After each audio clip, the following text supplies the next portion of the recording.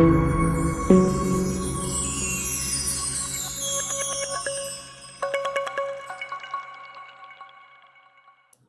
dear friends, once again we are coming to a new topic. आप लोग इस topic पर नज़र डालें। इंटरेस्टिंग टॉपिक है हर बार की तरह, और मुझे लगता है आप में से बहुत लोगों ने यह अनुमान भी कर लिया होगा कि कैपिटलिज्म और मार्क्सिज्म के बाद, पूंजीवाद और मार्क्सवाद के बाद अगला टॉपिक गांधीवाद होने वाला है। पूंजीवाद और मार्क्सवाद दोनों पश्चिम की देन है और गांधीवाद देशी उपज है, लेकिन इसका प्रभाव वैश्विक है। और हमें यह भी देखना है क्या यह कैपिटलिज्म का माकूल जवाब दे पाया।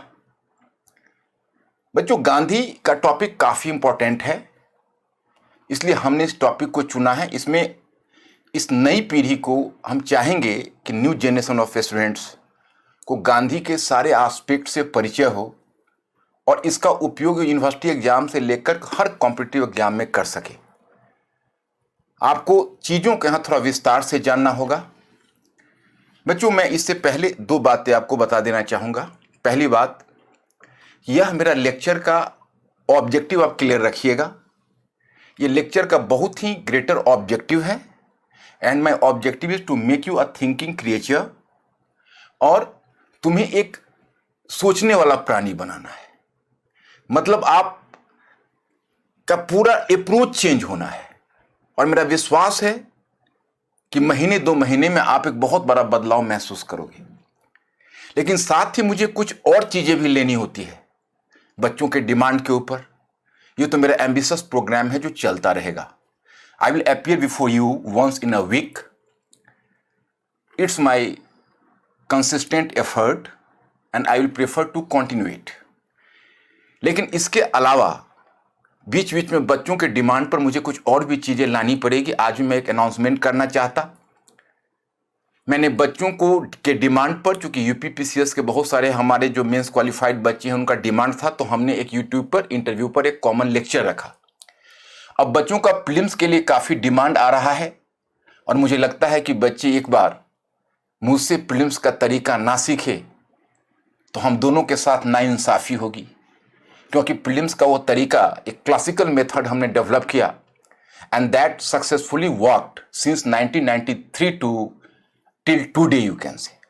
तो इसको हम क्लासिकल मेथड के रूप में ले सकते हैं। बच्चों, कोई फैक्चुअल इन्फॉर्मेशन मैं आपको नहीं दूंगा, मैं आपको क्वेश्चंस का भी एग्जाम्पल दूंगा, लेकिन हम आपको फाउंडेशनल नॉलेज इंडियन हिस्ट्री का दे पाएंगे। तो जो बच्चे बेसिक पर हैं वो भी उससे लाभान्वित होंगे, जो एडवांस स्टेज ऑफ स्टडी में है वो भी लाभान्वित होंगे। So that is the must watch है। I am requesting you people. 3 classes मेरे प्रीलिम्स पर होंगे, 3 पार्ट में। एक क्लास पूरे एंशिएंट पर, दूसरा मिडिवल पर और तीसरा मॉडर्न पर। और ये क्लास इस क्लास के साथ होगा, इसलिए वीक में 3 डेज बच्चों, वीक में once I am going to watch you and you will watch me. तो कहोगे भाई मैं आपको वॉच कैसे करता हूँ? तो अपने इनसाइट से करता हूँ। मैं आपका कमेंट बाद में देखता हूँ, लेकिन मैं विजुअलाइज करता हूँ आप हमारे सामने बैठे हुए हो और हमारे इस मेथड को समझ रहे हो, और जो आपके अच्छे कमेंट्स आते हैं वो मुझे इनकरेज करते हैं। मुझे ऐसे लगता है कि आप हमारी चीज़ों को समझ रहे हो। तो हम आपको अनाउंस करेंगे, और अगले वीक से मैं वो को शुरू कर रहा हूँ। प्रोबेबली वो डेट आपका बुधवार या वेडनेसडे होगा। आप उस डेट को, आपको प्रायर इन्फॉर्मेशन दे दिया जाएगा, हम उसको कंटिन्यू करेंगे। फिलहाल मैं आपको इस टॉपिक पर आता हूं जो हमारे लिए बहुत ही इंपॉर्टेंट टॉपिक है, और मैं आपको बताना चाहूँगा कि गांधी का स्टडी अपने आप में, ही वॉज अ रीडल और ही इज स्टिल अ रीडल। वह एक एनिग्मा है, एक पहेली है। गांधीवाद को समझना विद्वानों के लिए एक बहुत बड़ी चुनौती है। इसलिए आरंभ से ही गांधी के व्यक्तित्व के मूल्यांकन और उनके अचीवमेंट्स पर एक विवाद रहा है। तो मैं पहले एक ग्रुप ऑफ स्कॉलर्स से आपको परिचय कराता हूं। आपने अंधों के हाथी वाली कहावत सुनी होगी कि when 3 blind men try to measure the size of an elephant, कहीं कहीं आपको 5 blind men भी मिलेंगे, कहीं 3 blind men। जब 5 अंधों या 3 अंधों ने हाथी को टटोला तो उन्होंने हाथी के अलग अलग आकार निर्धारित किए। उसी प्रकार से डिफरेंट स्कूल ऑफ हिस्टोरियंस होते हैं जो किसी पद्धति, किसी व्यक्तित्व का मूल्यांकन करते हैं और इस मूल्यांकन एक दूसरे की समझ से उनकी समझ टकराती है। वो अपने अनुसार उसका आकार देना चाहते हैं। वह बात गांधी पर भी लागू होती है। इसलिए सबसे पहले मैं आपको एक ग्रुप ऑफ स्कॉलर्स के व्यू से परिचय कराना चाहूंगा। यहां पर मैं आपको एक हल्की सी झलक दे दूं।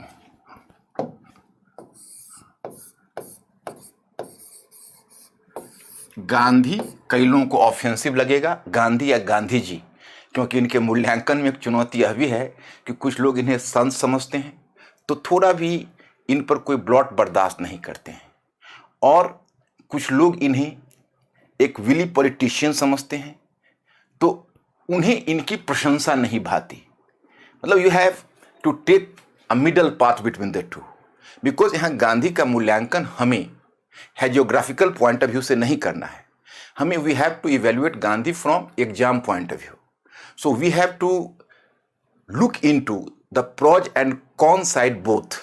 हम उसके सबल और निर्बल पक्ष, the strength part and weakness part, सबका जजमेंट करेंगे लास्ट तक। लेकिन मैं पहले आपको बताऊं कि गांधी को लोगों ने समझा कैसे। गांधी की समझ, understanding about Gandhi, understanding about Gandhi. अब यहां पर मैं 4 ग्रुप ऑफ स्कॉलर्स की बात करूंगा। मैं इंग्लिश में ही लिखता हूं, आप हिंदी वाले भी तो समझ ही जाओगे, चूंकि मैं बोल दूंगा आपको। इंपीरियलिस्ट अप्रोच, गांधी को 4 अलग अलग दृष्टिकोण से समझने का प्रयास किया गया कि गांधी जी क्या थे। दूसरा, नेशनलिस्ट अप्रोच,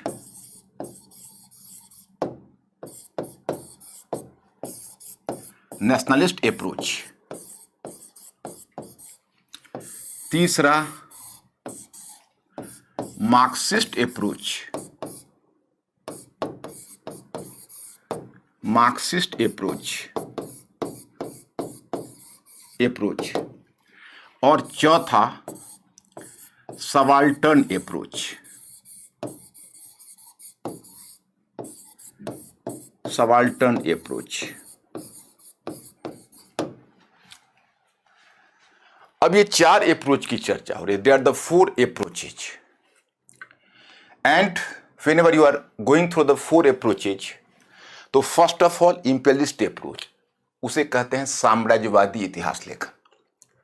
और एक बड़ा ही रिप्यूटेड ब्रिटिश स्कॉलर है, उसका नाम है जूडिथ ब्राउन। जूडिथ ब्राउन ने जो गांधी का मूल्यांकन किया है, वह देखकर यही महसूस होता है, मतलब we are just going to observe that कि what a distorted interpretation about Gandhi is possible by a scholar. Means कि any scholar can make such a distorted evaluation. वो कहते हैं कि भारतीय राजनीति में गांधी का उद्भव एक उच्च स्तरीय राजनीतिक चाल थी। The rise of Gandhi in Indian politics was a high level political game. अब समझ सकते हो आप कि जिसे आप राष्ट्रपिता कहते हो, उनके लिए एक बहुत बड़े सेटर हैं, बहुत बड़े मास्टरमाइंड हैं, और उन्होंने जानबूझकर कांग्रेस को हाईजैक किया एक प्लानिंग से, उनका मानना है। वो तो यहाँ तक कहती हैं कि whenever Gandhi went to Bihar agitation like Champaran Satyagraha and Gujarat you can say movement like Kheda and Ahmedabad movement, तो उन सब में गांधी ने अपने उप कॉन्ट्रैक्टर्स को बहाल किया, अपने सब ठेकेदारों की नियुक्ति की, अपने कुछ चहेते लोगों को नीचे से लेकर आया, ऊपर के जितने भी कांग्रेस के लीडर थे उसको पीछे के लीडर्स के सपोर्ट से उन्होंने उन्हें रिप्लेस कर दिया और खुद जाके कांग्रेस के कॉकपिट पर बैठ गए। अब ये समझ सकते हैं, बिहार और गुजरात में उसी में वल्लभ भाई पटेल से लेकर यहाँ राजेंद्र प्रसाद, अनुग्रह नारायण सिंह, मजरूल हक, भूला भाई देसाई, डॉक्टर राजेंद्र प्रसाद, जितने भी देखते हैं, तो ये उनका व्यू है। तो आपके मन में एक बात होगी, भाई इंपीरियलिस्ट हिस्टोरियंस को why are you not throwing imperialist historiography into the dustbin. भाई इस साम्राज्यवादी इतिहास लेखन को हम कूड़ेदान में क्यों नहीं फेंक देते? नहीं, एकेडमिकली उनका भी इंपॉर्टेंस है, क्योंकि कई बार क्या होता है कि हमारा अति राष्ट्रवादी रुझान होता है, जिसको जिंगोइस्टिक व्यू आप कह सकते हो। उसमें हम गांधी को कभी कभी उनका डाइफिकेशन या बिल्कुल ही महात्मा की तरह ही चित्रित करना चाहते हैं, तो कहीं ना कहीं यह दिखाते हैं कि उनके भी कुछ पॉलिटिकल इंटरेस्ट थे। क्योंकि जब एक संत जब पॉलिटिक्स में आता है तो फिर वो उसके तो अपने कुछ सेंटली बिहेवियर के साथ कॉम्प्रोमाइज करने ही पड़ते हैं। आप समझ सकते हो कि महात्मा बुद्ध अगर पॉलिटिक्स में आए होते, कन्फ्यूशियस अगर पॉलिटिक्स में आए होते, आप कह सकते हो इस तरह के कोई भी जिनको आप एक बड़े व्यक्ति समझते हो, महावीर हो या कबीर दास हो या कोई भी इस तरह की जो कह सकते हो सेंटली कैरेक्टर है, अगर पॉलिटिक्स में आए होते तो फिर वह स्थिति नहीं रह जाती। लेकिन गांधी का तो यही यूनिकनेस है कि he was a saint turned to politics. तो पॉलिटिक्स में आने के बाद कुछ कॉम्प्रोमाइजेस तो करने पड़ेंगे, तो वहां पर ये जो इंपेलिस्ट हिस्टोग्राफी हमें काम आ जाती है। दूसरा आता है नेशनलिस्ट अप्रोच। तो उन्होंने गांधी को संत के रूप में चित्रित किया। आपको ऐसा लगता है कि he is projected as a saint, but even nationalist historiography could not do justice to Gandhi on the ground. कि आप अगर किसी को संत करार देते हो तो लोगों की अपेक्षाएं उनसे बहुत बढ़ जाती है। अगर थोड़ी भी विचलन अगर वो बिहेवियर में पाते हैं तो कहते हैं कि अरे भाई ये क्या संत रहेंगे। तो संत किसी को बनाना बड़ा रिस्की जॉब है बच्चे। कोई भी बुद्धिमान आदमी अपने संत का टाइटल नहीं चाहेगा कि भाई मैं इंसान हूं, मैं भी मानवीय कमजोरियों से ग्रस्त हूं। तो ये नेशनलिस्ट हिस्टोग्राफी है, वो उनको कोई ना कोई से डाइफिकेशन की कोशिश है, वो भी उचित कदम नहीं है। तीसरा देख तो मार्क्सिस्ट हिस्टोरियंस आते हैं। तो एक पुरानी कहावत आपने सुनी होगी कि सावन के अंधे को हरे ही हरे दिखाई देता है। एवरीथिंग लुक्स येलो टू ए जॉन्डिस्ड आई। तो अब अभी मैंने मार्क्सिज्म पर इतना लंबा लेक्चर लिया है, आप लोगों में से बहुत लोगों ने मुझे मार्क्सिस्ट समझ लिया। आज मार्क्सिज्म के अगेंस्ट में बोलने में आप लोग शॉक मत होइएगा, क्योंकि मेरे निजी विचार और मेरे लेक्चर इन दोनों को एक समझने की भूल प्लीज आप लोग नहीं करेंगे, यही मेरी गुजारिश है। तो मैं आपको बताना चाहता कि मार्क्सिज्म के साथ एक प्रॉब्लम यह रही है कि हर चीज को क्लास के प्रिज्म से देखा है, वर्ग के चश्मे से। इसलिए तो भारतीय समाज को भी नहीं समझ पाए, कास्ट सिस्टम के साथ जस्टिस नहीं कर पाए। तो वो गांधी को एक बुर्जुआ नेता के रूप में चित्रित करते हैं कि भाई बुर्जुआ का मतलब होता है पूंजीपति अथवा मध्यवर्ग, और ये सिद्ध करने का प्रयास करते हैं कि गांधी मध्यवर्ग के प्रतिनिधि थे, एक बुर्जुआ नेता थे और उन्होंने बुर्जुआ हित में काम किया। अब बताइए, ये तो एक दूसरे तरह का डिस्टॉर्शन है। अब he is so obsessed with the class conflict and the you can say class interest कि वो पिता पुत्र, पति पत्नी, कास्ट, कम्युनिटीज, हर रिलेशन से में वो क्लास खोजने की कोशिश करते हैं। तो उनकी अलग समस्या है। अब आते हैं सबाल्टर्न हिस्टोरियंस। तो ये सबाल्टर्न हिस्टोग्राफी के जनक तो एंटोनियो ग्राम्सी हुआ करते थे। एक तरह से उन्हीं ने ही, पहले सॉरी बात, जनक नहीं कह सकते उनको, उन्होंने इस टर्म को क्वाइन किया था। वो एक प्रिजन्स नोटबुक लिखा था इटली में, इटली के थिंकर है मार्क्सिस्ट, उन्होंने सबाल्टर्न टर्म को जन्म दिया था। फिर 1980 में रंजीत गुहा ने इसको एक स्कूल के रूप में डेवलप किया। अभी बहुत डोमिनेंट है बच्चों, तुम लोगों को पता नहीं चलेगा। उनके बड़ा इम्प्लाइड आइडियाज आपको मिलेंगे। आप और क्लास 12 के एनसीईआरटी में पार्टीशन ऑफ इंडिया पर होगे या गांधी का भी चैप्टर तुम पढ़ते हो, तो गांधी के चैप्टर में एक दो एग्जाम्पल तुम देखोगे। एनसीईआरटी में आपकी जो एनसीईआरटी है बहुत बढ़िया पुस्तक लिखी गई है। तो मैं कभी कभी देखता हूँ तो मुझे लगता है कि बच्चे उसको समझ नहीं पाते हैं। तो वहां पर तुम देखोगे गांधी के बारे में दे have just given the description कि गांधी कैसे अफवाह ने गांधी को महान बनाया। ये सबाल्टर्न का अप्रोच। और सबाल्टर्न हिस्टोग्राफी का बेसिक अप्रोच ये है कि it is not the leader who controls the mass, rather it is the mass which is giving a direction to leadership. मतलब नेतृत्व जन समुदाय को नियंत्रित नहीं करता, जन समुदाय नेतृत्व को दिशा देता है। जन समुदाय नेतृत्व को दिशा देता है। तो ये जो सबाल्टर्न हिस्टोग्राफी है उसका एजेंडा ही बिल्कुल बच्ची अलग है। वो अपने आप को मानकर चलता है कि जन समुदाय नेतृत्व को दिशा देता है। तो उनका मानना है, उन्होंने गांधी को दूसरे रूप में मूल्यांकन किया है और उन्होंने दिखाने की कोशिश की है कि गांधी ने तो उल्टा जन आंदोलन पर अंकुश लगाया। सुमित सरकार का एक पूरा क्वेश्चन आता है सुमित सरकार भी सबल्टन हिस्टोग्राफी से जुड़े रहे हैं। फिर ज्ञानेंद्र पांडे हैं, उर्वशी बुटालिया है, रितु मेनन है, बहुत सारे स्कॉलर्स हैं। तो उनका सुमित सरकार ने एक क्वेश्चन दिया, यूपीएससी में एक बार पूछा और यूपीपीसीएस में भी एक बार पूछा है कि गांधी ने जन आंदोलन पर अंकुश लगाते हुए भी अपनी लोकप्रियता बनाए रखी, इस विरोधाभास की व्याख्या आप कैसे करेंगे? Gandhi while putting a control over the mass movement, but still he maintained his popularity. How can you explain this sort of contradiction? तो इस तरह से उन्होंने एक क्वेश्चन दिया, लेकिन अब कहाँ तक हम इन्हें मानेंगे? क्विट इंडिया में क्वेश्चन आता है कि भारत छोड़ो आंदोलन एक स्वतः स्फूर्त आंदोलन था, quit India movement was an spontaneous movement. तो ये सब का जवाब सबाल्टर्न के विचारों को हम खंडन करके देते हैं। तो इस तरह से तुम देखते हो 4 स्कूल है और ये 5 ब्लाइंड मैन या 3 ब्लाइंड मैन और एक एलिफेंट वाली कहानी चरितार्थ होती है। गांधी की समझ हर पीढ़ी अपने ढंग से करना चाहती है। हम गांधी के बारे में अपनी समझ को इन 4 ग्रुप के हिस्टोरियंस के पॉइंट ऑफ व्यू में बांध कर नहीं रख सकते, इसलिए हमें आगे बढ़ना पड़ेगा। और मैं यहाँ पर आपको बताना चाहूँगा कि अब हमने एक आपके सामने स्ट्रक्चर खड़ा किया है। वो स्ट्रक्चर गांधी की पूरी समझ डेवलप करने के लिए हमें 2 क्लास चाहिए होगी। तो ये पहली बार हम गांधी वाले टॉपिक को 2 पार्ट में आपको डिवाइड करें, पार्ट फर्स्ट और पार्ट सेकंड, क्योंकि मेरा काम क्या है उसको मैं बताना चाहूँगा। सीधा अगर मैं आप गांधी की विचारधारा आपको समझाऊंगा तो शायद you will not do justice to Gandhian ideology. So in order to make a comprehensive knowledge of Gandhi, you are supposed to have some background knowledge as well. तो मेरे स्ट्रक्चर को आप समझिए, मैं आपको क्या बताना चाहता। जैसे देखो, पहले पार्ट में मैं चाहता कि आपको मैं यह दिखाऊं कि मैं इंग्लिश में इसलिए लिख रहा कि हिंदी में मैं बोल देता हूं। वैसे मैंने जो आपका पीपीटी बना है हिंदी इंग्लिश दोनों मैंने दिया हुआ है, इसलिए आपको ऐसा दिक्कत नहीं होगी। यहां पर मैं दोनों लिखने में मुझे टाइम लगेगा, तो मैं केवल इंग्लिश यूज कर रहा हूं, हिंदी में बोलता हूं। यहां पर हमारा पहला है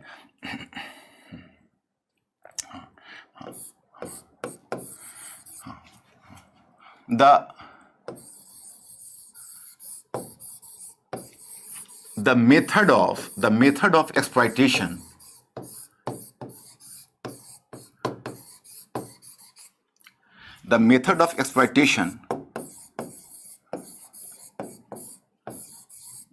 by Western imperialism। देखो बच्चों, मेरा टाइटल क्या है? The title appears to be a bit contradictory but enjoyable। Title है कि गांधीवाद पश्चिमी साम्राज्यवाद के विरुद्ध सबसे खतरनाक हथियार, Gandhism the most dangerous weapon against western imperialism. अब इसलिए इसमें टाइटल कॉन्ट्राडिक्टरी है कि गांधी एक बच्चा तक जानता है कि गांधी ने सत्याग्रह और नॉन वायलेंस को हमेशा प्रोपोगेट किया। तो जिस गांधी ने इन्हें प्रोपोगेट किया वो गांधी कैसी खतरनाक हो सकते हैं, लेकिन वेस्टर्न इंपेरियलिज्म के लिए वो खतरनाक है। अब इसके लिए सबसे पहले मैं आपको समझाना चाहूंगा कि वेस्टर्न इंपेरियलिज्म कितने तरह से हमें लूटा है। तो पहले हम यही से आपको बताना चाहेंगे, क्योंकि आपको दिखेगा कि basically imperialism was concerned with the economic exploitation, लेकिन नहीं, उन्होंने केवल हमारा आर्थिक दोहन ही नहीं किया, हमारे यहाँ एक विशिष्ट राजनीति को जन्म दिया, एक पॉलिटिकल सिस्टम हमारे यहाँ स्टैब्लिश कर दिया। उन्होंने हमारे एक सोशल स्ट्रक्चर, हमारे यहाँ सोशल रिफॉर्म्स को प्रोत्साहन देकर एक सोसाइटी का डिफरेंट टाइप क्रिएट करना चाहा। उसी प्रकार से उन्होंने हमारी संस्कृति में बदलाव लाया, change in the nature of our culture. तो इसीलिए क्वेश्चन भी एक यूपीएससी में बड़ा ही स्टैंडर्ड क्वेश्चन पूछा था, मुझे याद है वर्ल्ड हिस्ट्री में, कि साम्राज्यवाद केवल किसी राष्ट्र का, किसी देश का आर्थिक दोहन ही नहीं करता या किसी उपनिवेश का, उसकी सोच, उसके चिंतन, उसकी संस्कृति, उसके सामाजिक संबंध सभी को बदल डालता है। Means it is not simply doing the economic exploitation, it is making a transformation in the existing political, social and cultural structure as well। तो ये तरह की जो बात है वह पहले आपको दिखाना पड़ेगा कि उसका एम्बिट ऑफ एक्सप्लॉयटेशन क्या है, क्योंकि बच्चे पहले इंपेलिज्म के एक्सप्लॉयटेशन के नेचर को नहीं समझ पाते। अब उसके बाद मैं इतना पर फिर गांधी पर नहीं लाऊंगा, मैं आपको जैसे ये एक्सप्लॉयटेशन का जो टाइप है तो इसके अगेंस्ट में हम आपको पहले दिखाएंगे कि moderate mode of protest, moderate mode of protest. आप जानते हो जब इंडियन नेशनल कांग्रेस की स्थापना हुई तो इंडियन नेशनल कांग्रेस अपनी स्थापना के बाद जो फर्स्ट जनरेशन ऑफ लीडरशिप है वो क्या है, मॉडरेट फेज ऑफ लीडरशिप है। तो उसकी पहले हम चर्चा करेंगे और उन्होंने कहां तक जवाब दिया उसकी चर्चा। देन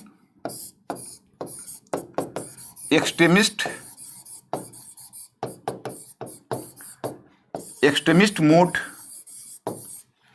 जो उग्रवादी यानी प्रतिरोध का उग्रवादी तरीका, वही प्रोटेस्ट को ही मैं यहां रिपीट नहीं कहा, प्रतिरोध का उग्रवादी तरीका। और तब मैं आपको दूंगा मार्क्सिस्ट मोड, पश्चिमी साम्राज्यवाद के विरुद्ध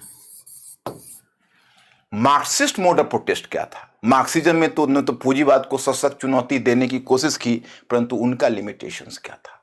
और तब हम यहां पर आपको लास्ट में देंगे सबसे कि Gandhian method of protest, Gandhian method of protest. इसमें हम बताएंगे कि गांधी ने पश्चिमी साम्राज्यवाद कि एक एक विचार को किस प्रकार खंडित किया और कैसे वैकल्पिक अल्टरनेटिव मॉडर्नाइजेशन की रूपरेखा प्रस्तुत कर दी। तब आपको पता चलेगा ये सबसे डेंजरस वेपन था। वेस्टर्न इंपेरियलिज्म को इतना बड़ा खतरा कोई नहीं पैदा कर सकता था जितना गांधीज्म।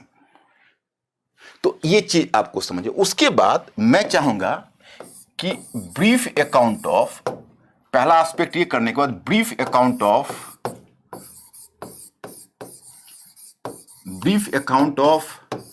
Gandhian movement,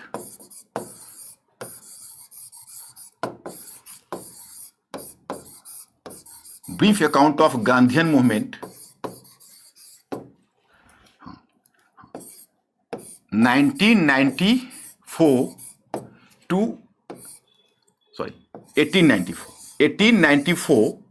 1948 till his death। 21 years का साउथ अफ्रीका के कैरियर और 32 ईयर्स के इंडिया का कैरियर। उसमें डिटेल्स में तो नहीं जा सकते, लेकिन हिस्ट्री एक नैरेटिव भी है, इसलिए आपको संक्षिप्त घटनाक्रम देते हुए जितने इश्यूज आए, स्वराजिस्ट के साथ कुछ इश्यूज आए हैं, अंबेडकर जी के साथ कुछ इश्यूज आए हैं, कुछ जिन्ना के साथ इश्यूज आए हैं, गांधी को कुछ लोग संप्रदायवादी करार देते हैं, कहाँ तक उचित है, खिलाफत वाले पर उनका स्टैंड है। तो ये सब चीज़ मैं एक बार क्लियर करना चाहूँगा ताकि आपको पूरी ब्रीफ अंडरस्टैंडिंग हो जाए। और तब लास्ट में और इसी क्रम में तब हम एक एस्पेक्ट करेंगे कि why did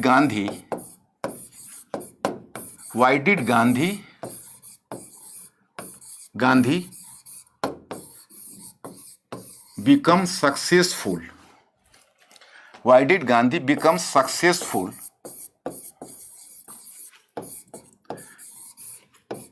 in leading largest mass movement, leading the largest mass movement। यहां मैं आपको बताऊंगा, क्योंकि देखो दुनिया का सबसे बड़ा मास मूवमेंट को गांधी ने लीड किया है। इससे बड़ा जन आंदोलन, क्योंकि भारत का पॉपुलेशन ऐसा था और चाइना में जो मास मूवमेंट है ठीक है वो है, लेकिन वो वहाँ पर आर्म्ड रेवेलियन है।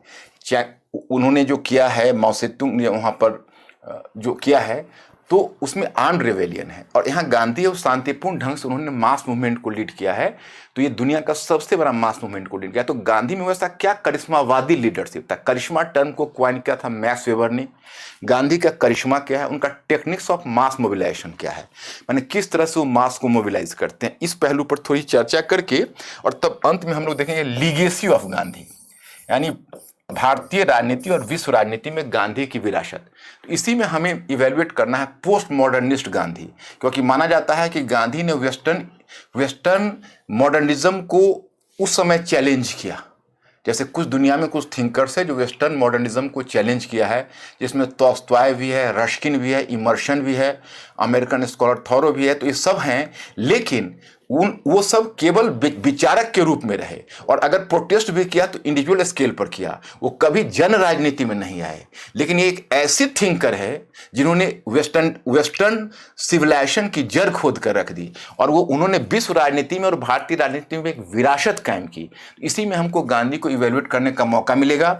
और बच्चों, मैं आपको दिखाना चाहता कि ये नॉलेज आपको किस लिए आवश्यक है, तो ये बात मैं आपको स्पष्ट कर दूंगा। यहां पर मैं सिविल से सबसे पहले उस पेज में मैंने सिविल सेवा परीक्षा में पूछे गए जो प्रश्न है आपके, जैसे देखिए, ये जब मैं आपको ले रहा हूं, इसको लेने के बाद मैं आपको सिर्फ इस पेज पर आऊंगा जिसमें सिविल सेवा परीक्षा में पूछे गए प्रश्न, some questions from civil service examination. मैं क्वेश्चंस लास्ट में डिस्कस करूंगा, और ये क्वेश्चन इसलिए आवश्यक है, इतने स्टैंडर्ड क्वेश्चन है। क्वेश्चन कभी ऐसा नहीं है कि आपको नॉन कॉपरेशन पर पूछें, सिविल डिसोबीडियंस पर मूवमेंट पर क्वेश्चन पूछें। क्वेश्चन का नेचर ऐसा होता है कि किसी भी पार्ट से वो पूछ सकते हैं आपको। तो मैं लास्ट में क्वेश्चंस आपसे डिस्कस करना चाहूंगा ताकि आप समझ सकें कि आपको प्रिपरेशन का ये तरीका क्यों चाहिए। तो हम इस प्रकार से क्वेश्चन को करने के बाद, और फिर हम इसमें मैंने ढेर सारे क्वेश्चंस आपके लिए रखे हैं जो पीपीटी आपको मिलेगा भी। अब मैं आपको बताना चाहता, डायरेक्ट गांधी पर आने से पहले आपको वेस्टर्न इंपीरियलिज्म, क्योंकि हमारा टाइटल कहां था, फिर एक बार टाइटल पर लौटिए। हमारा टाइटल है कि गांधी ब्रिटिश साम्राज्यवाद, यानी गांधीवाद पश्चिमी साम्राज्यवाद के विरुद्ध सबसे खतरनाक हथियार। तो गांधी पश्चिमी साम्राज्यवाद के विरुद्ध सबसे खतरनाक हथियार है। तो सबसे खतरनाक हथियार हम क्यों मानते हैं? क्या उदारवाद उनके लिए हथियार नहीं है? क्या उग्रवाद नहीं है? क्या मार्क्सवाद और समाजवाद नहीं है? मार्क्सिज्म ने तो वेस्टर्न कैपिटलिज्म को बहुत बड़ी चुनौती दी है, लेकिन क्या गांधीज्म ने वेस्टर्न कैपिटलिज्म को, पश्चिमी पूंजीवाद को, उससे भी ज्यादा चुनौती दी है? Did Gandhism give a larger challenge to western capitalism than even Marxism? क्या मार्क्सिज्म से भी ज्यादा उन्होंने चैलेंज किया है? तो इसके लिए बच्चों पहले हमें समझना पड़ेगा कि जिसे हम वेस्टर्न इंपीरियलिज्म कहते हैं वो कितने प्रकार से हमारा शोषण करते थे, और हमारे उदारवादी नेताओं ने उन शोषण का प्रतिकार कैसे किया था। How did our moderate leaders make a protest against this sort of exploitation? हमारे उग्रवादी नेताओं ने किस प्रकार इसका विरोध किया था। How did our extremist leader resist against the western exploiters? And how did even Marxist and socialist just rise against Western imperialism? तो तब हमें सबका लिमिटेशंस पता चलेगा, और फिर हम गांधी को इवेलुएट कर पाएंगे कि गांधी जिस हद तक प्रोटेस्ट करने पर उतारू हुए उतने शायद इनमें से कोई भी नहीं कर सका। और क्यों नहीं कर सका वो आपके सामने आप खुद देखिए। पहले हमें देखना है, हम यहाँ ब्रिटिश साम्राज्यवाद के कंटेक्स्ट में, चूंकि हम तो इंडिया का कंटेक्स्ट देख रहे हैं, वर्ल्ड का नहीं, तो हम ब्रिटिश साम्राज्यवाद, ब्रिटिश इंपीरियलिज्म के कंटेक्स्ट में हम वेस्टर्न इंपीरियलिज्म की एक्सप्लॉयटेशन के नेचर को समझना चाह रहे हैं। तो पहला है औपनिवेशिक शोषण का स्वरूप, the nature of colonial exploitation. तो आपके मन में कोई उहापोह आए, कोई कंफ्यूजन आए, इसलिए इस टर्म को मैं स्पष्ट कर देता हूं। वैसे बच्चों देखो, दो टर्म है, एक है साम्राज्यवाद, दूसरा है उपनिवेशवाद। तो यानी इंपीरियलिज्म एंड कॉलोनियलिज्म। तो suppose if you just define this two terms, so they are having the different connotations, उनके अपने अलग अलग कनोटेशंस हैं, लेकिन हम उतने डीप में कनोटेशन में यहां नहीं जा रहे हैं। फिलहाल आप इतना समझ लीजिए कि जब कोई वेस्टर्न पावर किसी कॉलोनी को गुलाम बनाता था, तो वो गुलाम क्यों बनाता था? तो गुलाम बनाने के पीछे मकसद होता था कि उसका आर्थिक दोहन करें, आर्थिक दोहन करें। मतलब basic objective behind the domination over a colony was to exploit the colony economically और एक्सप्लॉइट द इकोनॉमिक रिसोर्सेस। तो उनका होता था उद्देश्य आर्थिक शोषण। लेकिन आर्थिक क्षेत्र में या आर्थिक शोषण सक्षम रूप से होता रहे, इसलिए वो कुछ विशेष प्रकार की राजनीतिक नीति अपनाते थे, कुछ सामाजिक नीति अपनाते थे, कुछ सांस्कृतिक नीति अपनाते थे। But in order to promote his colonial exploitation efficiently or economic exploitation efficiently, the colonial power used to adopt certain or specific political policy, social policy, administrative policy, cultural policy, etc. तो इस प्रकार से वो policy को अपनाते थे। इसीलिए किसी स्कॉलर ने बड़ा ही एप्टली इसको डिफाइन किया है कि colonialism is basically an economic relation, but it was going to affect the political, social and cultural structure as well. यानी उपनिवेशवाद मूलतः एक आर्थिक संबंध होता है, परंतु यह राजनीतिक, सामाजिक और सांस्कृतिक ढांचे सभी को प्रभावित करता है। तो मैं यहां पर बताऊंगा कि यहां ऊपर आपने टर्म इंपेरियलिज्म देखा, नीचे कॉलोनियलिज्म देखा, दोनों एक ही है। अगर आप मेट्रोपोलिटन स्टेट उसको कहते हैं जिसने कॉलोनी बनाई है, और दूसरा है उपनिवेश। तो अगर आप मेट्रोपोलिटन स्टेट के पॉइंट ऑफ व्यू से देखते हो तो वो इंपेरियलिज्म है, अगर आप कॉलोनी के पॉइंट ऑफ व्यू से देखते हो तो वो कॉलोनियलिज्म है। माने उसके पॉइंट ऑफ व्यू से देखोगे तो साम्राज्यवाद है, इसके पॉइंट ऑफ व्यू से देखोगे तो उपनिवेशवाद है। वैसे दोनों की एक लार्जर परिभाषा है। मैं जब वर्ल्ड हिस्ट्री पर कभी लेक्चर लूंगा तो मैं आपको इंपेरियलिज्म और कॉलोनियलिज्म इन दोनों टर्म में बहुत सारे है, इसको अलग अलग स्कॉलर्स ने अलग अलग डिफाइन करने की कोशिश की है। इंपेरियलिज्म टर्म का इस्तेमाल 19वीं सेंचुरी के लास्ट से शुरू हुआ है, उसे हम डिस्कस करें। अब यहाँ पर हम आपको यह बताना चाह रहे हैं, हमारा मुख्य मकसद यह है कि जिसको तुम पश्चिमी साम्राज्यवाद कहते हो, वो पश्चिमी साम्राज्यवाद इतने तरीके से, या ब्रिटिश साम्राज्यवाद, हम पश्चिमी साम्राज्यवाद के रिप्रेजेंटेटिव के रूप में यहाँ ब्रिटिश साम्राज्यवाद को देख रहे हैं, ब्रिटिश इंपेरियलिज्म को देख रहे हैं। तो वो अगर यहाँ पर मैंने इंग्लिश में इसलिए लिख दिया है कि इंग्लिश वाले बच्चे इसको लेते रहें, और कई हिंदी वाले बच्चे को मीडियम वाले प्रॉब्लम की बात आ रही है, तो थोड़ा सा कुछ दिन तक हम दोनों को, उसके बाद मैं फिर लेक्चर को बाइफरकेट कर दूंगा। जैसा कि मैंने कहा, अभी थोड़ा व्यस्तता ज़्यादा होती है और दिक्कत नहीं होगी, आपको इंग्लिश में भी समझना चाहिए, वो आपके कंपलसरी सब्जेक्ट भी हिंदी मीडियम वालों का है। तो और कुछ हो सकता है आप हिंदी मीडियम को, कुछ अच्छी बुक इंग्लिश मीडियम में हो तो उसको भी देखा जा सकता है। कोई न्यूज़पेपर भी इंग्लिश मीडियम में आपको पढ़ सकते हो, इंडियन एक्सप्रेस वगैरह है तो अच्छा स्टैंडर्ड न्यूज़पेपर है। हिंदू तो थोड़ा ज़्यादा है स्टैंडर्ड, लेकिन थोड़ा रेडिकल है, तो लेकिन इंडियन एक्सप्रेस का आर्टिकल्स मुझे बहुत अच्छा लगता है। तो मुझे लगता है कि आप अगर उसमें भी थोड़ा सा पारंगत हो जाओ तो बेहतर ही है, कोई दिक्कत नहीं है। तो इसलिए इसको थोड़ा सा टॉलरेट कर लेना। तो मैं आपको बता रहा हूँ कि औपनिवेशिक शोषण का स्वरूप, the nature of colonial exploitation में उपनिवेश की अर्थव्यवस्था में मातृ देश के हित के अनुकूल परिवर्तन। तो जब एक्सप्लॉयटेशन शुरू किया तो वेस्टर्न एक्सप्लॉयटेशन का पहला रूप है कि हमारी इकोनॉमी को अपने अनुसार बदल देता है। जब उनके यहाँ मर्केंटाइल फेज ऑफ कैपिटलिज्म था, जब उनके यहाँ वाणिज्यिक चरण का साम्राज्यवाद था, तो उन्होंने क्या किया, हमारे यहाँ से आप प्लासी के लड़ाई के बाद देखेंगे और वहाँ से लेकर आ जाइए आप 1813 तक, तो 1813 तक, तो East India Company was exploiting our resources. And वो क्या करता था कि हमारे यहाँ जो तैयार माल था, प्रोडक्ट्स था, उसको यूरोप और ब्रिटेन में बेचकर मुनाफा कमाता था। जब उनके यहाँ इंडस्ट्रियलाइजेशन शुरू हुआ तो उन्होंने उसके मुताबिक हमको कच्चे माल का निर्यातक, exporter of the raw materials, और तैयार माल का आयातक and importer of finished goods और फिनिश्ड प्रोडक्ट्स बना दिया, क्योंकि वो उनके इंडस्ट्रियल कैपिटलिज्म के इंटरेस्ट में था, औद्योगिक पूंजीवाद के हित में था। उसी प्रकार से जब वित्तीय पूंजीवाद का चरण आया तो हमारे यहाँ उन्होंने बहुत रकम निवेश करने का नाटक किया और यहाँ से रेलवे से लेकर हर क्षेत्र में पैसा लगाया और मुनाफा कमाकर होम चार्ज, गृह व्यय के रूप में हमारे यहाँ से रकम लूटता रहा। तो पहला तो उनका उद्देश्य उपनिवेश की अर्थव्यवस्था में मातृ देश के हित के अनुकूल परिवर्तन लाना। तो पहला संशोधन तो बच्चों उन्होंने ये किया था। अब दूसरा, राजनीतिक रूप में एक अधीनस्थ राज्य के रूप में स्थापित करना, to establish a colony as a politically dependent country. अब अगर उनको इकोनॉमिक एक्सप्लॉयटेशन करना है तो जब तक उनका पॉलिटिकल डोमिनेशन नहीं होगा तो इकोनॉमिक एक्सप्लॉयटेशन कैसे कर पाएंगे।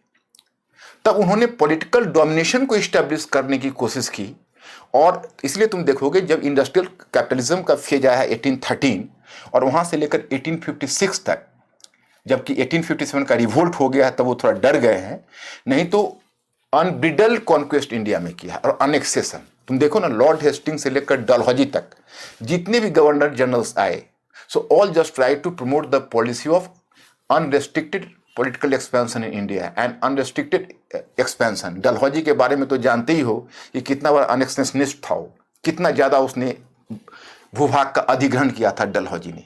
तो क्यों?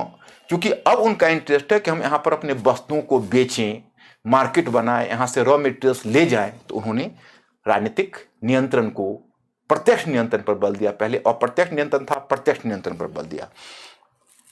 फिर एक विकसित पद्धति को लागू कर आधुनिकीकरण करना, to modernise through a developed system. अब उन्होंने फिर दावा किया कि भाई हम एक विकसित पद्धति लागू कर रहे हैं, आपको मॉडर्नाइज कर रहे हैं। तो उन्होंने हमारे यहां कुछ इसेंशियल चेंज लाए, और इसेंशियल चेंज लाकर they have just pretended to modernise us. उन्होंने हमें आधुनिकीकरण किया। अब उस आधुनिकीकरण का अगर आप इतिहास जान जाओगे तो डलहौजी से लेके बहुत सारे ब्रिटिश प्रशासकों के का पोल खुल जाएगा। डलहौजी ने जो दावा किया बेसिकली कि we are just modernising India on 1813 में, आपका यूपीएससी में क्वेश्चन भी आया था कि Dalhousie modernised India, right a note over that और इलेबोरेट द स्टेटमेंट। मतलब डलहौजी ने भारत का आधुनिकीकरण किया, इस कथन पर टिप्पणी खींची। तो बच्चों ने केवल लिख दिया कि डलहौजी ने ये परिवर्तन लाए, डलहौजी ने वो परिवर्तन लाए, लेकिन इस पहलू पर बच्चों का ध्यान नहीं गया कि डलहौजी तो यहाँ पर कोई वेलफेयर वर्क करने आया नहीं था। तो डलहौजी के द्वारा जो ये सारे परिवर्तन लाए जा रहे हैं उसके पीछे डलहौजी का इंटरेस्ट क्या है। तो ये आपका हुआ कि मॉडर्नाइजेशन का नाटक। नेक्स्ट, समाज एवं धर्म की प्रक्रिया में सुधार लाकर सभ्य बनाने का दावा। एक उन्होंने और भी काम किया, सिविलाइजिंग मिशन के हम इंडिया को सभ्य बना रहे हैं। हमारे यहाँ सोशल रिफॉर्म्स किया, इंग्लिश एजुकेशन को इंट्रोड्यूस किया। अनुमान करो, where they doing the welfare works? क्या वो हमारे यहाँ लोक कल्याणकारी करने आए थे जो ये सब कर रहे थे? बाय द वे कहते हैं हमने किया। हम एक प्रश्न से पूछे कि आपने क्यों किया, आप यहाँ हैं को जो कर रहे हैं।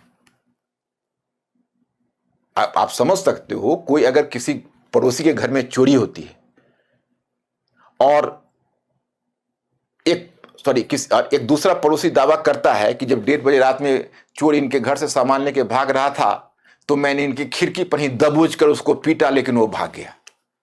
तो पुलिस सीधा सा प्रश्न कर रहा है कि बाय द वे आप 1:30 बजे रात में इनके कमरे में क्या कर रहे थे कि खिड़की पर चोर को दबोच पाए? तो ब्रिटिश से कोई ये पूछे कि भाई आप हमारे यहां सुधार कर रहे हैं, इतना कल्याण कर रहे हैं, तो आप मेरे यहां हैं क्यों? तो बेसिकली ऑब्जेक्टिव उनका क्या है कि they promoted the partial modernisation of India. उनका मानना था कि जब तक हम इंडिया को उनके ट्रेडिशनल मोल्ड से नहीं निकालेंगे तब तक इंडियंस इंग्लिश एजुकेशन को एक्सेप्ट नहीं करेंगे। And as Lord Macaulay once claimed कि the basic objective was to create or to give birth to a generation of Indians which should be simply Indian in blood and complexion but British in taste, temperament and morality, and this generation of Indians could work as the product for the British market. भारतीयों की एक ऐसी पीढ़ी को जन्म देना अंग्रेजी शिक्षा का उद्देश्य है, जो उनके लिए बाजार का काम करे, जो केवल कहने के लिए इंडियन हो, ब्राउन साहेब, लेकिन ब्रिटिश प्रोडक्ट्स के प्रति वो आकर्षित हो। तो ये उनका सब बनाने का मिशन है। नेक्स्ट, उपाधियों का विद, अपने को भारतीयों का शुभ चिंतक करार देना। अब सबसे बड़ी बात है, एक बात आप जानते, ब्रिटिश नॉर्मली जब ब्रिटिश का ध्यान आता है तो इंपीरियलिज्म के एक कॉम्प्लिकेशन को नहीं समझ पाते हैं लोग। वो इंपीरियलिज्म का कॉम्प्लिकेशन ये होता है कि केवल वो मशीन गन और तोप की बदौलत और गन्स की बदौलत रूल नहीं करते हैं। They in fact try to assert their hegemony. Hegemony का जो कॉन्सेप्ट है वो कॉन्सेप्ट एंटोनियो ग्राम्सी ने दिया था, वर्चस्व। वो वर्चस्व क्या है? तो उनका वैचारिक वर्चस्व यह होता है कि हम आपके शुभ चिंतक हैं, we are your well wisher and we stay here for your well being. हम आपके लिए यहां हैं।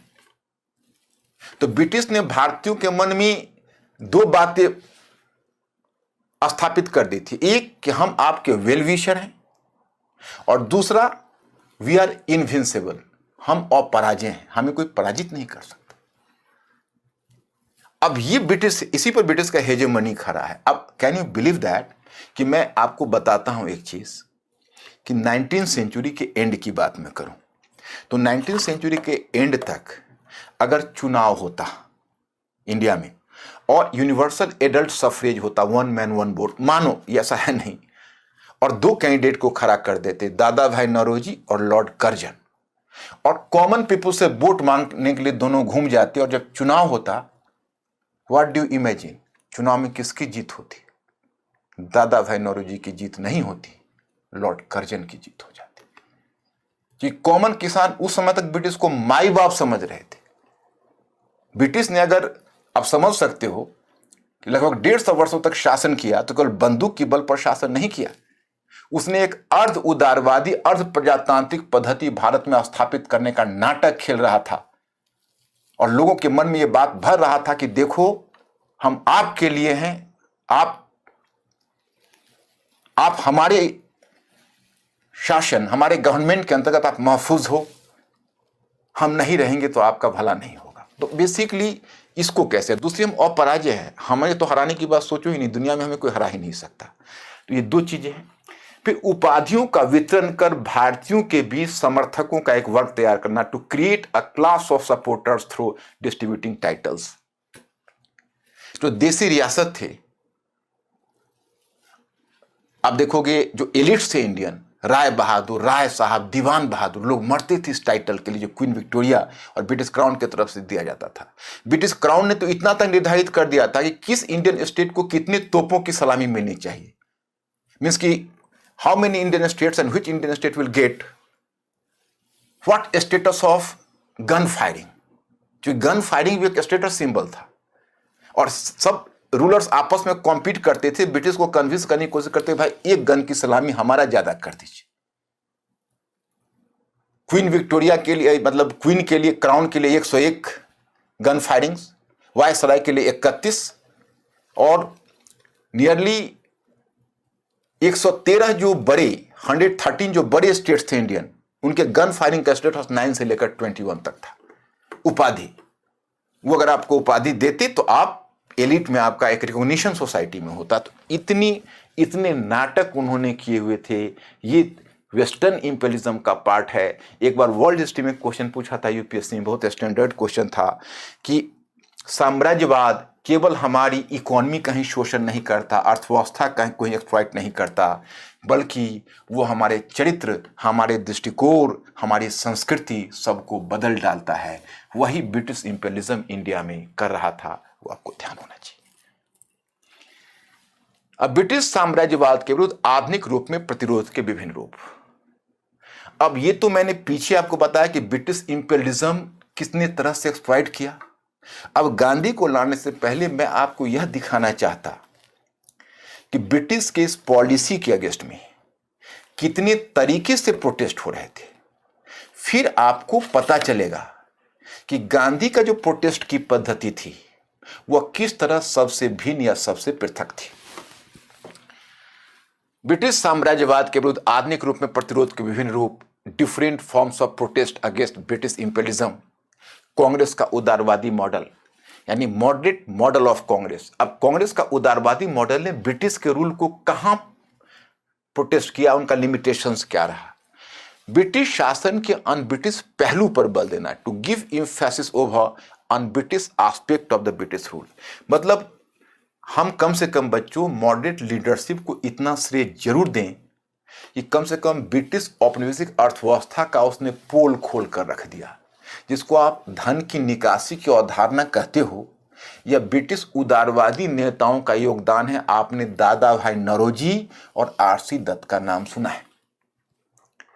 The important contribution of the British, you can say moderate leadership was that कि they expose the colonial character of the British rule and the nature of colonial economy in India and what you know as the theory of drain of wealth, so that have been propounded by the moderate leaders like Dada Bhai Nauroji and R.C. Dutt।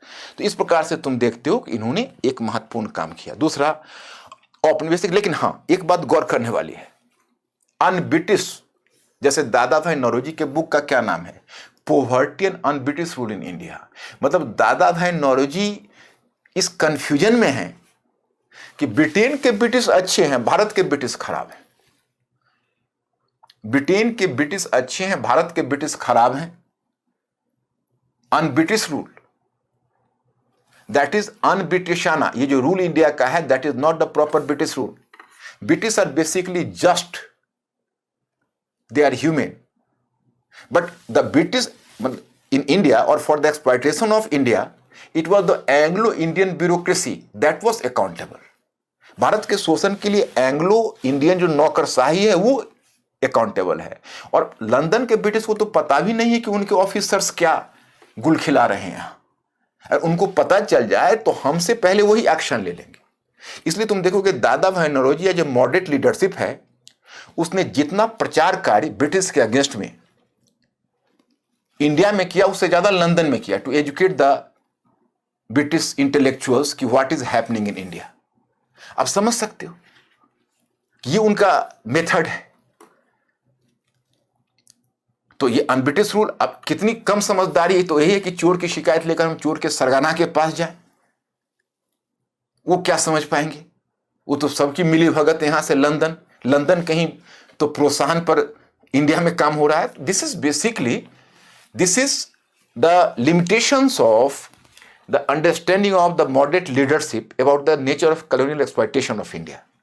अब औपनिवेशिक सरकार पर पाश्चात्य संवैधानिक मूल्यों के आधार पर चोट करना, अब उन्हीं के हथियार से उन्हीं पर चोट करने की कोशिश की, क्योंकि जब आप वेस्टर्न लिटरेचर पर होगे तो अब देखो पश्चिम में कॉन्ट्राडिक्शन क्या है। किसी को मतलब कंफ्यूज करने के लिए जो वेस्टर्न मॉडल है वो काफी था। एक तरफ वही अमेरिकन रेवोल्यूशन, फ्रेंच रेवोल्यूशन में लिबरल आइडियाज को प्रोत्साहन दे रहा था, लिबर्टी, इक्वलिटी एंड फ्रैटर्निटी की बात कर रहा था, रिप्रेजेंटेटिव गवर्नमेंट की बात कर रहा था, ह्यूमन राइट्स की बात कर रहा था, इंडिविजुअल राइट्स की बात कर रहा था। और वही वेस्टर्न पावर कॉलोनीज में लोगों के साथ मतलब क्रूअल व्यवहार कर रहे थे, पशु की भांति, just like they are treating like animals, पशु की भांति उनके साथ व्यवहार कर रहे थे। तो बेसिकली इन्होंने उन्हीं के हथियार से उन पर वार किया कि आप कॉन्स्टिट्यूशनलिज्म की बात करते हो, हम आपके इस उच्च उद्दात और उच्च विचार का सम्मान करते हैं, आप ये उच्च विचार हमारे देश में क्यों नहीं लागू कर रहे हो? ये मॉडरेट लीडरशिप का ये कहना था। अब ये समझ ही नहीं पा रहे, इनको अभी भी विश्वास है कि वहां वो जब जानेंगे कि हमारे साथ क्या हो रहा है, कि what their officers are doing in India, they will themselves take the action and they try to improve our condition and they will definitely introduce the constitutional rules in India. तो एक प्रकार से कहीं ना कहीं उनके मन में ये विश्वास बैठा हुआ है कि हम एक दिन कामयाब होंगे उनको कन्विंस करने में। तो ये इनका है। नेक्स्ट, ब्रिटिश से न्याय की उम्मीद, expectation of justice from the British. इनको ब्रिटिश से ही न्याय की उम्मीद है। दूसरी तरफ पश्चिमी सभ्यता की श्रेष्ठता में विश्वास तथा ब्रिटेन से संपर्क बनाए रखने पर बल। On the other hand, belief in the supremacy of western civilisation. उनको वेस्टर्न सिविलाइजेशन में विश्वास है, उसके वैल्यू सिस्टम में, और चाहते हैं कि वे वेस्ट के साथ संबंध बने रहना भारत के हित में है, ये भारत को करना चाहिए। India should continue with this policy. तो आप समझ सकते हो यहां कि जैसे वेस्टर्न इंपीरियलिज्म में हमने कितने एस्पेक्ट बताए, उस पहले एस्पेक्ट को आप लोग बैठ के उसको कर लेना। अब मैंने कितने औपनिवेशिक शोषण के स्वरूप में 1 2 3 4 5 6 एस्पेक्ट मैंने बताया कि पश्चिम ने हमको 6 ढंग से शोषण किया, ब्रिटिश इंपीरियलिज्म ने 6 ढंग से शोषण किया, मॉडरेट ने उसमें से आधे का जवाब दिया, हाफ। क्यों हाफ का मतलब यह हुआ, मैंने 5.5 उन्होंने छोड़ दिया, हाफ का जवाब दिया। उन्होंने कहा कि देखो भाई हमारा इकोनॉमिक एक्सप्लॉयटेशन हो रहा है। वेस्टर्न कंट्रीज कहते थे कि हम आपका मॉडर्नाइज करें, डेवलप करें, ये कहते हैं कि नहीं, हमारा इकोनॉमी यहां से धन की निकासी हो रही है, ड्रेन ऑफ वेल्थ हो रहा है, एंड यहां से ब्रिटिश जो ऑफिसर्स हैं वो धन को निकास करके यहां से लंदन भेज रहे हैं। But they did not make this point clear कि आपके यहां जो धन की निकासी हो रही है उसके लिए कौन उत्तरदायी है, इंडिया का या ब्रिटेन का ब्रिटिश। तो उसमें वो मान रहे हैं कि नहीं, इसमें इंडिया का ब्रिटिश उत्तरदायी है। तो वो कॉलोनियलिज्म के पूरे नेचर को, पॉइंट फर्स्ट को भी ठीक ढंग से वो नहीं समझ पा रहे हैं, इसलिए हमने उनको केवल आधा मार्क्स दिया। अब आगे बढ़ते हैं। कांग्रेस का उग्रवादी मॉडल देखिए, ये उग्रवादी मॉडल क्या करेगा। Extremist model of Congress, British के द्वारा आर्थिक शोषण की आलोचना, criticism, economic exploitation bye the British. ये उदारवादियों का एक मेथड इन्होंने ज्यों का त्यों ले लिया। They started to talk in terms of colonial exploitation. उन्होंने कहा उदारवादियों की तरह कि भाई ब्रिटिश हमारी इकोनॉमी का दोहन कर रहे हैं, ये पूरा एक कर रहे हैं, क्योंकि यह नहीं मान रहे आधे की तरह कि लंदन के ब्रिटिश अच्छे और भारत के ब्रिटिश खराब है। इन्होंने कहा ब्रिटिश एज सच पूरा खराब है, the British themselves are exploiters and the British are completely exploiting our economy. तो ये पूरे ब्रिटिश को उत्तरदायी मान रहे हैं। तो इसलिए पूरा एक मार्क्स पॉइंट फर्स्ट को इन्होंने सॉल्व कर दिया। पॉइंट टू है कि पश्चिमी संस्कृति के समानांतर अपनी परंपरा एवं संस्कृति की श्रेष्ठता पर बल। In place of western culture emphasis over the supremacy of Indian culture. अब जैसे उन्होंने जो उदारवादी नेता थे वो पश्चिमी संस्कृति की श्रेष्ठता पर बल देते थे, they were giving emphasis over the supremacy of western culture. क्योंकि वो वेस्टर्नाइज थे, वो इंग्लिश एजुकेटेड थे, इन्होंने अपने कल्चर की, अपने अतीत की महानता पर बल दिया। तो पॉइंट नंबर 2 पर भी वो प्रहार कर रहे हैं, they are just making attack over that. Third, दूसरी तरफ पश्चिमी तकनीकी श्रेष्ठताएं विश्वास, यानी belief in technological supremacy of West. इसका मतलब है कि वेस्टर्न कल्चर को इस समग्रता से अस्वीकार नहीं कर पाए। इन्होंने यह सिद्ध करने का प्रयास किया कि विचारधारा के स्तर पर इंडिया पश्चिम से यानी ब्रिटेन से आगे है, लेकिन तकनीकी के स्तर पर वो पीछे है। जैसे आप बंकिम चंद्र चटर्जी को लो, अरविंद घोष को ही लो, या जितने भी इस तरह के जो आपको वेस्टर्न स्कॉलर्स हैं, इवन रविन्द्रनाथ टैगोर है, वो भी मानते हैं कि नहीं, पश्चिम से हमको बहुत कुछ सीखना है। और विशेषकर तकनीकी के क्षेत्र में स्वामी विवेकानंद को भी तुम मान सकते हो कि he was basically a great ideology of the extremist politics in Bengal. तो उनको इसलिए काउंट आप विवेकानंद को भी कर सकते हो। उन्होंने भी क्या कहा कि पश्चिम से तकनीकी के क्षेत्र में हमको बहुत कुछ सीखना है। हम आध्यात्मिक क्षेत्र में धर्म गुरु रहे हैं, हम इतना सारा तरक्की हमने बाकी फील्ड में की है, लेकिन तकनीकी के क्षेत्र में we are suppose to learn a lot from the British. तो यहाँ पर स्वामी विवेकानंद का भी वही है। तो मैं आपको ये बताना चाहता कि इसका मतलब है कि वेस्टर्न कल्चर को चुनौती नहीं दे पाए, क्योंकि अगर आप विचारधारा में आप श्रेष्ठ हो तो तकनीकी में वो श्रेष्ठ कैसे हो गया, और बिना विचारधारा के तकनीकी आगे कैसे बढ़ेगी। तो ले दे के वो भी उलझ गए, वो ठीक से पश्चिम का जवाब कल्चर के फ्रंट पर नहीं दे पाए। नेक्स्ट वन, ब्रिटिश के विरुद्ध निष्क्रिय प्रतिरोध की पद्धति पर बल, परंतु हिंसा एवं आक्रोश से मुक्त नहीं। Against the British the technique of passive resistance but not free from sense of violence. अब देखो ये पैसिव रेजिस्टेंस क्या है। जैसे मॉडरेट्स का जो प्रेयर्स, पिटिशंस और मेमोरियल्स की टेक्निक थी, उसको इन्होंने डिनाई करके पैसिव रेसिस्टेंस पर बल दिया। तो पैसिव रेसिस्टेंस यह था कि उसको लिए कहते हैं हिंदी में निष्क्रिय प्रतिरोध। निष्क्रिय प्रतिरोध में 4 चीजें शामिल थी: स्वदेशी, बहिष्कार, बाइकॉट, राष्ट्रीय शिक्षा, नेशनल एजुकेशन, एंड फोर्थ स्वराज्य, सेल्फ रूल। 4 चीजों को शामिल किया। और पैसिव रेजिस्टेंस में स्वदेशी और बहिष्कार पर जो बल दिया, तो नॉर्मली एक नॉर्मल धारणा है कि गांधी की अहिंसा और सत्याग्रह, तुम अगर जिसे देखते हो तो the basis of Gandhian policy of स्वदेशी और नॉन वायलेंस बेसिकली ले in his specific method of the extremist politicians. जो उग्रवादी नेता हैं उनकी जो तौर तरीके हैं, उनके जो प्रोटेस्ट के तरीके हैं, so Gandhi basically appropriated this method. Sumit Sarkar तो यहां तक कहते हैं कि अपने वंदे मातरम नामक पत्र में अरविंद घोष ने वो सब कुछ डाल दिया था कि जिससे आगे चलकर तुम थोड़ा हिंसा को माइनस कर दो, तो गांधीयन प्रोग्राम था। लेकिन अब इन दोनों के फर्क को भी आगे जब गांधी को देखोगे तो समझोगे। लेकिन इनकी पैसिव रेजिस्टेंस में हिंसा का भाव है। उग्रवादी अहिंसक नहीं थे। अरविंद घोष के व्यक्तित्व के 2 पहलू हैं। एक पहलू है कि उग्रवादी नेता हैं, उग्रवाद के नेता ही नहीं, उग्रवाद के आइडियोलॉज हैं वो। और वंदे मातरम जो बंकिम चटर्जी ने दी अवधारणा, उसको अरविंद घोष ने आगे बढ़ाया। लेकिन सेम अरविंद घोष ने कहीं ना कहीं रिवॉल्यूशनरी पॉलिटिक्स जो बंगाल का है उसको भी प्रमोट किया। उन्हीं के छोटे भाई वारेंद्र कुमार घोष कलकत्ता अनुशीलन समिति के फाउंडर मेंबर थे, और बाद में जो अलीपुर कॉन्स्पिरेसी केस आया था उसमें वारेंद्र कुमार घोष के साथ अरविंद घोष भी इम्प्लीकेट हुए थे। हालांकि विटनेस न मिलने के कारण छूट गए और बाद में वो पौंडीचेरी आश्रम अपना शेष जिंदगी बिताया। लेकिन वो हिंसा और अहिंसा के बीच वो दायरा नहीं खींचते थे। तो ये एक्सट्रीमिस्ट पॉलिटिक्स बेसिकली कहीं ना कहीं जो वायलेंस का मेथड था, वो आयरिश विद्रोहियों से, अपने भागवत गीता से भी, अपनी परंपरा से भी, बाह्य परंपरा से भी, जहां से भी है, क्योंकि अरविंदो घोष एक बहुत समय तक लंदन में भी समय उन्होंने गुजारा हुआ था, तो उनको बहुत सारे बाहरी दुनिया के जो आयरिश रेवेलियन है या रूसी निहिलिस्ट है वो सब भी, तो उस तरह से जो इंटरनेशनल कम्युनिस्ट है, तो कहीं ना कहीं वो विचारधारा के टच में, उनके मेथड के टच में वो जरूर रहे थे। तो ये है। दूसरी बात है कि एक्सट्रीमिस्ट पॉलिटिक्स का बच्चे एक लिमिटेशंस क्या हो गया कि अतीत पर तो इन्होंने बल दिया, लेकिन अतीत पर बल देने में कहीं ना कहीं हिंदूवादी अतीत पर कुछ ज़्यादा बल हो गया। इसलिए क्या हुआ कि जो मुस्लिम हैं उसको वो साथ नहीं ले पाए, क्योंकि वो थोड़ा आइसोलेटेड फील कर लिए।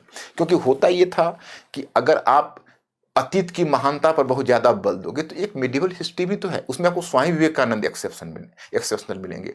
स्वामी विवेकानंद एक ऐसे चिंतक थे जिनमें समाजवाद का भी तत्व है, जिनमें धर्मनिरपेक्षता का भी तत्व है, सब कुछ है उनमें। क्योंकि उन्होंने एक स्टेटमेंट दिया था कि India is Hindu mind in Islamic body. मतलब इस्लाम और हिंदुइज्म को कॉन्ट्राडिक्टरी नहीं मानते थे, वो मानते थे कि इस्लाम ने भी इंडिया को बहुत कुछ दिया। तो ये उनका विचार है। तो ये सारे एक्सट्रीमिस्ट लीडर का विचार नहीं था। विशेषकर जो गणेश उत्सव और शिवाजी उत्सव वगैरह जो महाराष्ट्र में आरंभ हुआ था, बाल गंगाधर तिलक ने जो इनिशिएट किया था, तो इसका भी आप जानते हो कि कहीं ना कहीं जो कॉलोनियलिज्म या बेसिकली आप कह सकते हो जो सांप्रदायिक राजनीति यानी कॉम्युनल पॉलिटिक्स पर कहीं ना कहीं इसका इन्फ्लुएंस अवश्य पड़ा था। तो that is the one factor. पश्चिमी औद्योगिकरण के मॉडल के महत्व पर बल देना। अब प्रतिरोध की मार्क्सवादी पद्धति देखो, मार्क्सिस्ट मॉडल ऑफ प्रोटेस्ट। उदारवादियों का लिमिटेशन देखा, उग्रवादियों ने को कितना अंक दोगे, 50% अंक दे दो। और अब मार्क्सवादी आए। आप जानते हो कि दुनिया भर के शोषित लोगों के मसीहा कार्ल मार्क्स। लेकिन अब जब कार्ल मार्क्स को पढ़ोगे you will bitterly come to realize कि even Karl Marx could not make himself free from the western bias। वह भी अपने आप को पश्चिमी पूर्वाग्रह से मुक्त नहीं कर सका। कार्ल मार्क्स में इम्प्लिसिटली कहीं ना कहीं a sense of otherness other continents के प्रति जरूर रहा। कार्ल मार्क्स यूरोप के लिए जितना है उतना अन्य कॉन्टिनेंट के लिए नहीं है। क्योंकि मैं आपको वो चीज नहीं छेड़ना चाहूंगा, मार्क्स ने जहां तक उसका जो द्वंदात्मक भौतिकवाद या डायलेक्टिकल मेटेरियलिज्म की भी थियरी है, या कहता है कि सोसाइटी स्लेवरी सिस्टम से लेकर फ्यूडलिज्म, कैपिटलिज्म और सोशलिज्म ये चेंज यूरोप में होगा और बाकी महाद्वीपों को तो खारिज कर देता है। एशिया के लिए उसने एक नई थियरी दी थी, उसको कहते एशियाटिक मोड ऑफ प्रोडक्शन। तो इसलिए हम कार्ल मार्क्स को भी नहीं मानते हैं जस्टिस कर सका। दूसरी बात है कि वेस्टर्न इनलाइटेनमेंट को उदारवादी भी स्वीकार करके चलते हैं, उग्रवादी पार्शियली स्वीकार करते हैं। क्योंकि उदारवादी जो मॉडरेट लीडरशिप है वो तो पूरी की पूरी तरह से यूरोपीय प्रबोधन को मानते हैं कि यूरोप में जो प्रबोधन 18वीं सेंचुरी में इनलाइटेनमेंट आया था, जिसको वैज्ञानिक विचार कहते हो, वह विचार को उदारवादी नेता मानते हैं। उग्रवादी आधा स्वीकार करते हैं, वो मानते हैं विचारधारा के स्तर पर हम आगे हैं, संस्कृति के स्तर पर हम आगे हैं और तकनीकी के स्तर पर वो आगे हैं। तो कम से कम आप इनलाइटेनमेंट के बेसिस पर जो एस्टेब्लिश साइंटिफिक टेक्नोलॉजी है उसको तो आपने एक्सेप्ट कर लिया। और कार्ल मार्क्स तो इनलाइटेनमेंट का ही बच्चा है। इनलाइटेनमेंट के दो बच्चे हुए, दोनों एक दूसरे के सौतेले भाई हैं। कैपिटलिज्म भी इनलाइटेनमेंट से निकला है और मार्क्सिज्म भी इनलाइटेनमेंट से निकला है। तो कार्ल मार्क्स से अगर पूछते कि आपको फ्यूडल सिस्टम या पीजेंट सोसाइटी और इंडस्ट्रियल सोसाइटी में कौन अच्छा लगता है, मैंने कृषक समाज और और और, और नगरीय समाज में आपको कौन अच्छा लगता है, तो कार्ल मार्क्स कहता कि we like urban society, we like industrial society, औद्योगिक समाज। वो तो पीजेंट सोसाइटी को मानता था कि अरे ये लोग तो इग्नोरेंट लोग हैं, इनको छोड़ो, इनको तो इतने बच्चे हैं कि इनको बड़े होने में बहुत टाइम लग जाएगा, उतना पेशेंस से देखना पड़ेगा। जो इंडस्ट्रियल सोसाइटी में वही सोशलिस्ट मूवमेंट ला सकते हैं। आप यही समझो कि जिस रशिया में लेनिन ने आगे चलकर मार्क्स सिस्टम स्थापित किया, मैंने आपको पीछे वाले लेक्चर में कहा है, उस सोवियत रूस को कार्ल मार्क्स ने एक नाम दिया था इमोबाइल मंगोल्स। अब इसका भी अपना एक इतिहास है। सोवियत रसिया को मंगोलों ने जीत लिया था। मंगोल एक ट्राइबल ये था। आप लोग अगर एनसीईआरटी पढ़ते होगे तो क्लास 11th का वर्ल्ड हिस्ट्री का एनसीईआरटी है, उसमें एक ट्राइबल इंपायर चंगेज खान का है। तो आपने मंगोल नेता सुना ना, तो वो लोग ट्राइबल थे, बड़ा पिछड़े थे, दाढ़ी रखते थे, टर्बन रखते थे।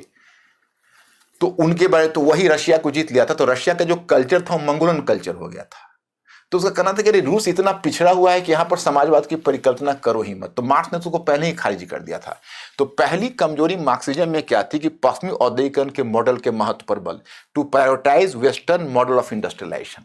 तो भारत में जो मार्क्सवादी हुए वह वेस्टर्न इंडस्ट्रियलाइजेशन को तो एक्सेप्ट कर ही रहे थे, बस केवल उनकी मांग क्या थी कि demand for change in production relation. Industries बहुत प्रोग्रेसिव है, उसको रहने दीजिए, केवल उसका प्रबंधन अब बुर्जुआ के हाथ में न हो कि सरवारा के हाथ में हो। It should not be run under the control of bourgeoisie class rather under A proletariat class. बस इतना ही उसको बदलना है।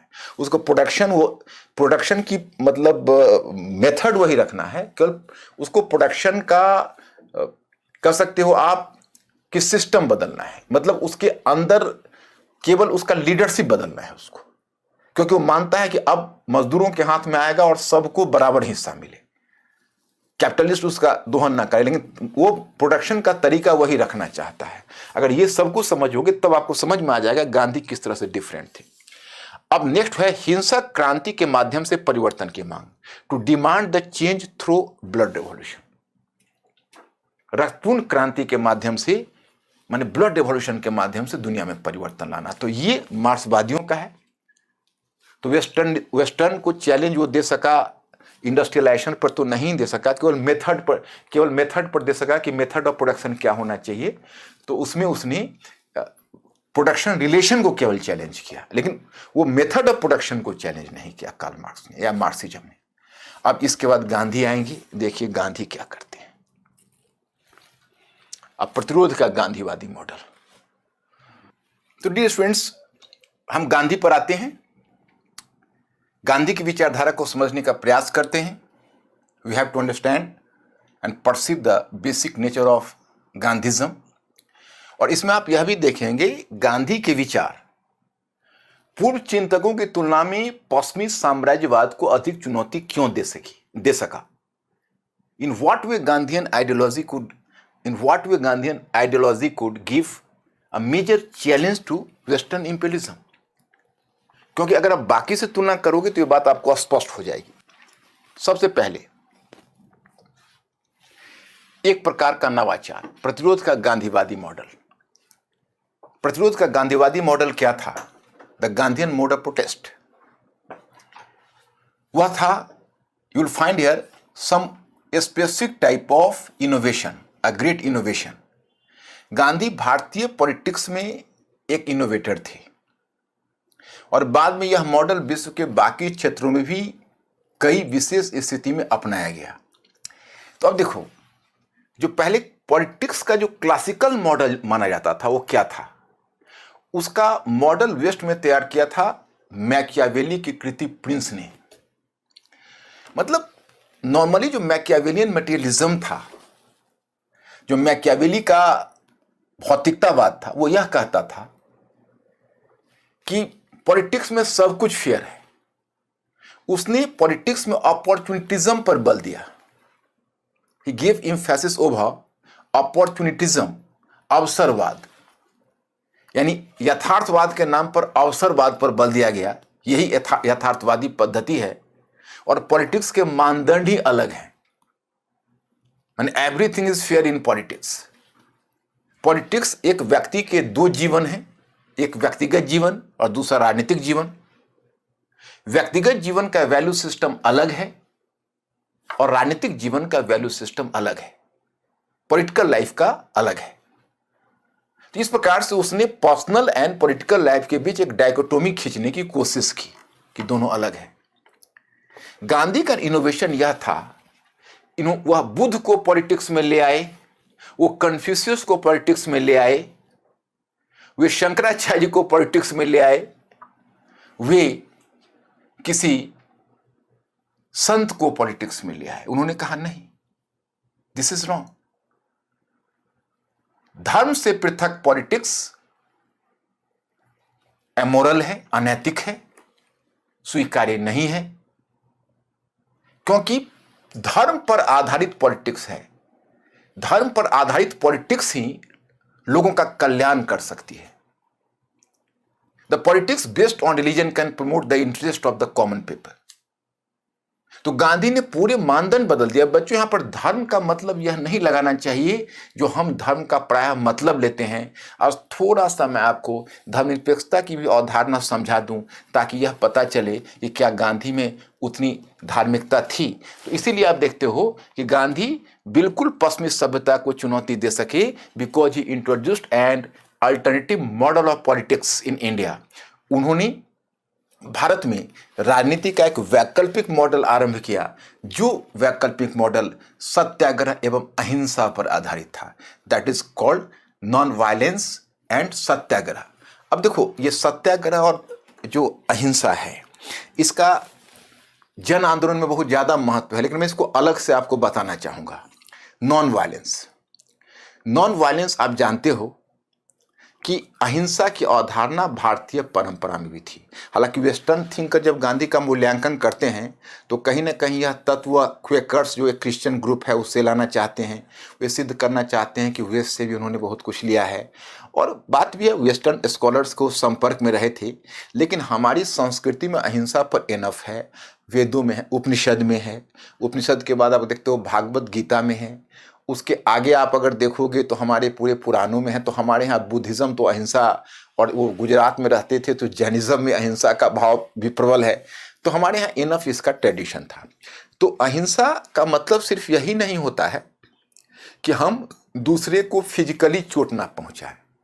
अगर हमारे कारण किसी को कष्ट होता है तो प्राणी मात्र के लिए, जो कि वैष्णव पंथ से भी उनका आया था अहिंसा की अवधारणा, और जैनिज्म से भी आया था, और ब्राह्मणिज्म का जो कॉमन ट्रेंड है उससे भी आया था।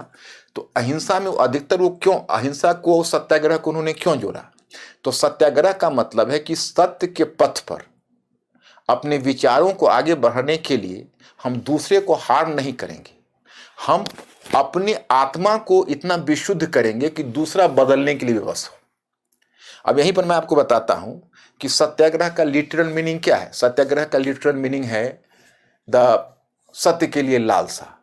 परंतु सत्य के लिए लालसा उसका अर्थ नहीं लगाया जाना चाहिए। सत्य के लिए आग्रह उसका अर्थ नहीं लगाया चाहिए सत्याग्रह, बल्कि सत्य के प्रति समर्पण उसका अर्थ लगाना चाहिए, या सत्य के प्रति लालसा उसका अर्थ लगाना चाहिए। मतलब हम राजनीति में जब अहिंसा को इंट्रोड्यूस किया और फिर सोल फोर्स का मतलब है कि आत्मशक्ति पर जब हमने बल दिया, जिसमें किसी दूसरे को ना तो शब्द से और ना ही शारीरिक रूप से किसी भी पीड़ा पहुंचाने का भाव आया, और जो प्रतिरोध हम दूसरे को कर रहे हैं वह प्रतिरोध पहले हम अपनी आत्मा को निर्मल करके और शुद्ध करके हम दूसरे में बदलाव की अपेक्षा रखते हैं। तो इनको लिटरली इसको कहा गया सत्याग्रह। तो देखो, मैं अब गांधी सत्याग्रह में क्या सोचते थे उसके बहुत गहराई में हमें नहीं जाना। गांधी के अहिंसा का भाव क्या है, जो आप जानते हो कि वैष्णव पंथ से भी है, जैनिज्म से भी है, बुद्धिज्म से भी है, तो उसमें भी हमें नहीं जाना।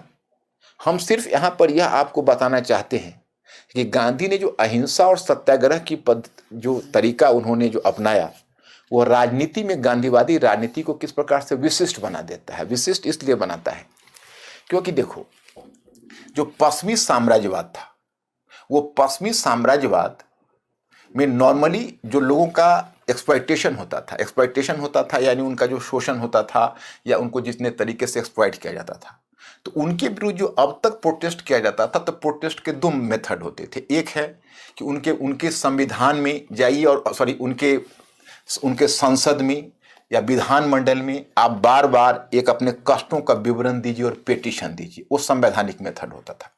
तो जिसको आप कॉन्स्टिट्यूशनल मेथड कहते, वो भी पश्चिमी लोगों ने ही विकसित किया हुआ था, यानी वेस्टर्न मॉडल पर ही विकसित था। और आप उनके मेथड को फॉलो करिए, क्योंकि ये बेसिक रूल्स प्रोटेस्ट का दायरा क्या होना चाहिए वो निर्धारित करते थे।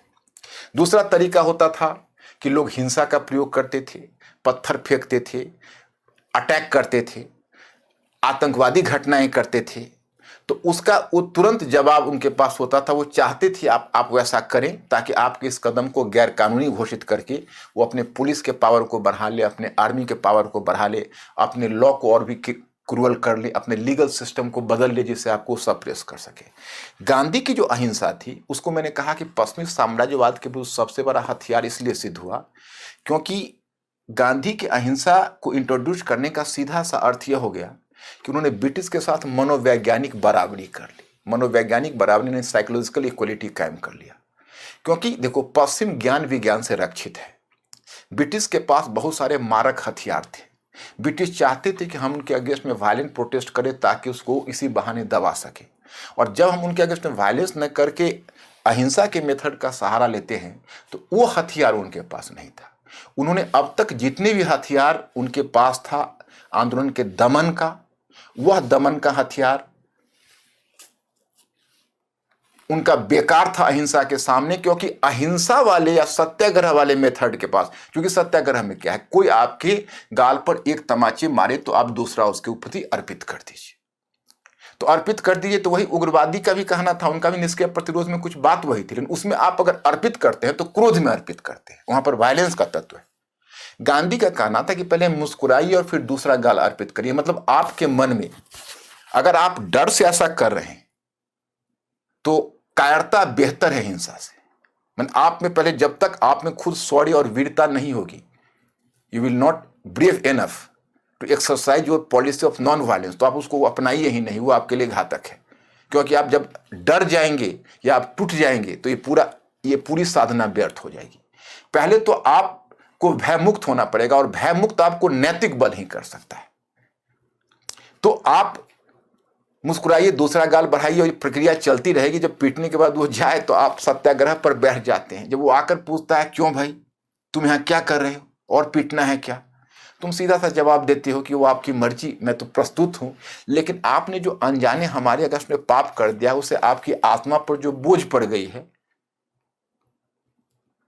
उससे मैं आपकी आत्मा को निर्मल करने के लिए, in order to purify your soul and in order to lighten your burden of sinful act, I am just sitting on the fast. I am doing the penance for your sake. मैं आपकी ओर से पश्चाताप कर रहा हूं। वो आदमी को झुझलाने के अलावा कोई चारा नहीं मिलेगा। तो वेस्टर्न मेथड में इसके रिप्राइजल्स का कोई तरीका नहीं था। हमें याद है कि सविनय व गांधी मूवी रिचर्ड एटनबरो का जरूर देखें, उसमें आपको समझने का मौका मिलेगा। वो गांधी मूवी में पूरा का पूरा वृत्तांत दिया हुआ है कि जब सविनय अवज्ञा आंदोलन में, गांधी तो खैर जेल में चले गए हैं, लेकिन उन्होंने ऐसे प्रशिक्षित अपने सत्याग्रहियों को तैयार किया हुआ है जो ब्रिटिश लाठी मारते हाथ तक नहीं उठाते हैं। धरसाना तट पर अब्बास तैयब जी लीड कर रहे थे नमक सॉल्ट सत्याग्रह में। उनको सॉल्ट लॉज को ब्रेक करने के लिए वो ग्रुप को लेकर वो लीड कर रहे थे। तो बाद वो गिरफ्तार हो गए, अरेस्ट हो गए, तो सरोजनी नायडू लीड करने लगी। तो उसमें है कि जैसे देखो, पुलिस वहां खड़ा है, इधर सत्याग्रही है, और एकदम डिसिप्लिन की तरह लीडर इशारा करते हैं, वो आगे बढ़ते हैं, सॉल्ट लॉज को तोड़ने की कोशिश करते हैं। पुलिस बेरहमी से लाठी चलाती है। बगल में कांग्रेस शिविर बना हुआ है, और कांग्रेस के वॉलंटियर्स वहां एक्टिव हैं, और जब लाठी चलाती है, they are just wielding the lathis and then even don't try to save themselves through raising their hand. They are simply meekly and submissively they are just sustaining all the lathis on their bodies। तो ये अपने आप में लगता है, अरे क्या miracle है इनमें। all that change all of a sudden into what was glorious and ये टेरेबल ब्यूटी इज बॉर्न, जो W. Yeats ने ईस्टर राइजिंग में कहा था। और जिस समय वो घायल होकर गिरते, तुरंत कांग्रेस शिविर से स्ट्रेचर लेके कार्यकर्ता दौड़ते, उनको बैठाते, मतलब उनको फर्स्ट एड के लिए ले जाते, प्राथमिक चिकित्सा के लिए शिविर में। तब तक दूसरा सत्याग्रही का जत्था तैयार है, ऐसे इशारा करते, और फिर वो लाठी खाने के लिए निर्भय होकर बढ़ जाते। एक अमेरिकन पत्रकार ने फोटोग्राफ ले लिया, और फोटोग्राफ लेकर उसको अमेरिकन यूरोप के सारे पेपर में छप गए। ब्रिटेन में गवर्नमेंट के सामने शो कॉज हो गया, पार्लियामेंट में मुद्दा उठा कि ये क्या हो रहा है इंडिया में। पूरे ब्रिटिश की कलई खुल गई थी, ब्रिटिश लिबरलिज्म की पूरे वर्ल्ड में, ये क्या हो रहा है, इसको आप क्या करवा रहे हैं। तो वहां से ब्रिटिश गवर्नमेंट वो नर्वस है, वहां से वायसराय को फोन करता है, लॉर्ड इरविन को, कि इरविन ये क्या हो रहा है, what are you doing, how can you, what reply you can give to the world and public opinion. Irwin कहता है, सर आई डू समथिंग। फिर अपने उस सेक्रेटरी से पूछता है कि can you give me any news in which any satyagrahi could have make an attack on any police और एनी गवर्नमेंट ऑफिसर? तो कहता है, no sir, I am sorry, I have not yet received such a news. तो Irwin को देखोगे ऐसे sir खुजलाता है, मतलब क्या करें, क्या निदान है उस गांधी का। चर्चिल जो कि सेकेंड वर्ल्ड वॉर का विजेता, गांधी का नाम सुनते हो वो आग बबूला हो जाता। तो कहता था व्हाट गांधी इज, कभी नेकेड फकीर बोलता था। जब क्रिस जब उसको बोला, जो क्रिस ने जो गांधी का जो रेफरेंस दिया जो आया था इंडिया में, तो सुमित सरकार कोट करते हैं, ही वाज सो नर्वस कि कहा कि गांधी अभी तक मरा क्यों नहीं है। तो मतलब हम आपको केवल ये बताना चाहते कि गांधी ने ऐसा लेटेस्ट वेपन लाया था जिसका जवाब पश्चिम के पास नहीं था। उसके सत्याग्रही लाठी खा रहे थे, एक एक लाठी खा के ब्रिटिश हार रहे थे और एक एक लाठी खा के गांधी जीत रहे थे, जो वर्चस्व की लड़ाई लड़ रहे थे। ब्रिटिश ने कहा था कि हम भारतीय जनता के शुभ चिंतक हैं, गांधी मुस्कुरा रहे थे, शुभ चिंतक हैं तो जरा नमक बना के देखिए आप। 16% सॉल्ट टैक्स आपके ऊपर है, गरीबों पर यह टैक्स है। आपके शुभ चिंतक है, सॉल्ट आपके जीवन में पानी और हवा और पानी के बाद सबसे इंपॉर्टेंट चीज है। आप जाइए, अब उस सॉल्ट को बनाइए और देखिए कि ब्रिटिश का क्या रिएक्शन होता है। ब्रिटिश लाठी चला रहे थे, ब्रिटिश चाहते नहीं थे लाठी चलाना पड़ रहा था, और गांधी लाठी खा रहे थे। किसी क्रिटिक ने कहा कि गांधी का यह मेथड हिटलर और मुसोलिनी जैसे फांसीवादी ताकत के सामने फिट नहीं हो सकती थी। तो गांधी ने कहा कि चाहे धातु कितना भी कठोर हो, लेकिन एक खास तापमान पर उसे पिघलना ही पड़ता है। Whatever strong a metal may be, but it is supposed to be melted at the specific temperature, so we cannot accept this dictum। तो मतलब ये गांधी का अपना एक परसेप्शन है। अब पश्चिमी सभ्यता को संपूर्णता में चुनौती, सिविलाइजेशनल चैलेंज टू वेस्ट, मतलब उदारवादी और उग्रवादियों की तरह, उदारवादियों की तरह आधा % या आधा पार्ट 6 में हाफ, और उग्रवादियों की तरह से 3, या मार्क्सवादियों की तरह से 2 या 1। उन्होंने वेस्टर्न सिविलाइजेशन को समग्रता से चैलेंज किया इन कंप्लीट फॉर्म। तो कैसे? तो challenge to western capitalist model, अत्यधिक मशीनीकरण का विरोध, टू क्रिटिसाइज एक्सेसिव मैकेनाइजेशन। पहली बात मैं 2-3 बातें आपको कहूं कि गांधी के इवैल्यूएशन में बहुत सारे विवाद होते हैं और होने भी चाहिए, क्योंकि गांधी को समझना ही अपने आप में चैलेंज है। क्योंकि गांधी पहले अपने आप को समझ रहे थे। गांधी का ऑटोबायोग्राफी का नाम सुनो, क्या है? The experiment with my experiment with the truth. तो वो खुद ट्रूथ से एक्सपेरिमेंट कर रहे थे, और लोग पूछ रहे थे आपका ट्रूथ क्या है। वो कहते थे रुको भाई रुको, पहले मैं एक्सपेरिमेंट करके मैं खुद समझ रहा हूं ट्रूथ क्या है। तो जो गांधी आपके 1909-10 में मिलते हैं, वो गांधी 1948 में डेथ के समय जो गांधी हैं, वो गांधी, दोनों में बहुत सारे परसेप्शन का फर्क आ गया है। बिकॉज वो लाइफ से ही सीखते हैं, लाइफ में ही एक्सपेरिमेंट करते हैं। जो गांधी साउथ अफ्रीका में गए थे वो दूसरे गांधी है, जो इंडिया में नॉन कॉपरेशन के समय काम कर रहे थे वो दूसरे गांधी है, और फिर वही गांधी जो एकमात्र चौरी चौरा की घटना पर पूरे मूवमेंट को वापस ले सकते हैं नॉन कॉपरेशन मूवमेंट में, और वही गांधी क्विट इंडिया मूवमेंट में कहते हैं करो या मरो, अब जेल भरो से काम नहीं चलेगा, do or die. What speech you are giving.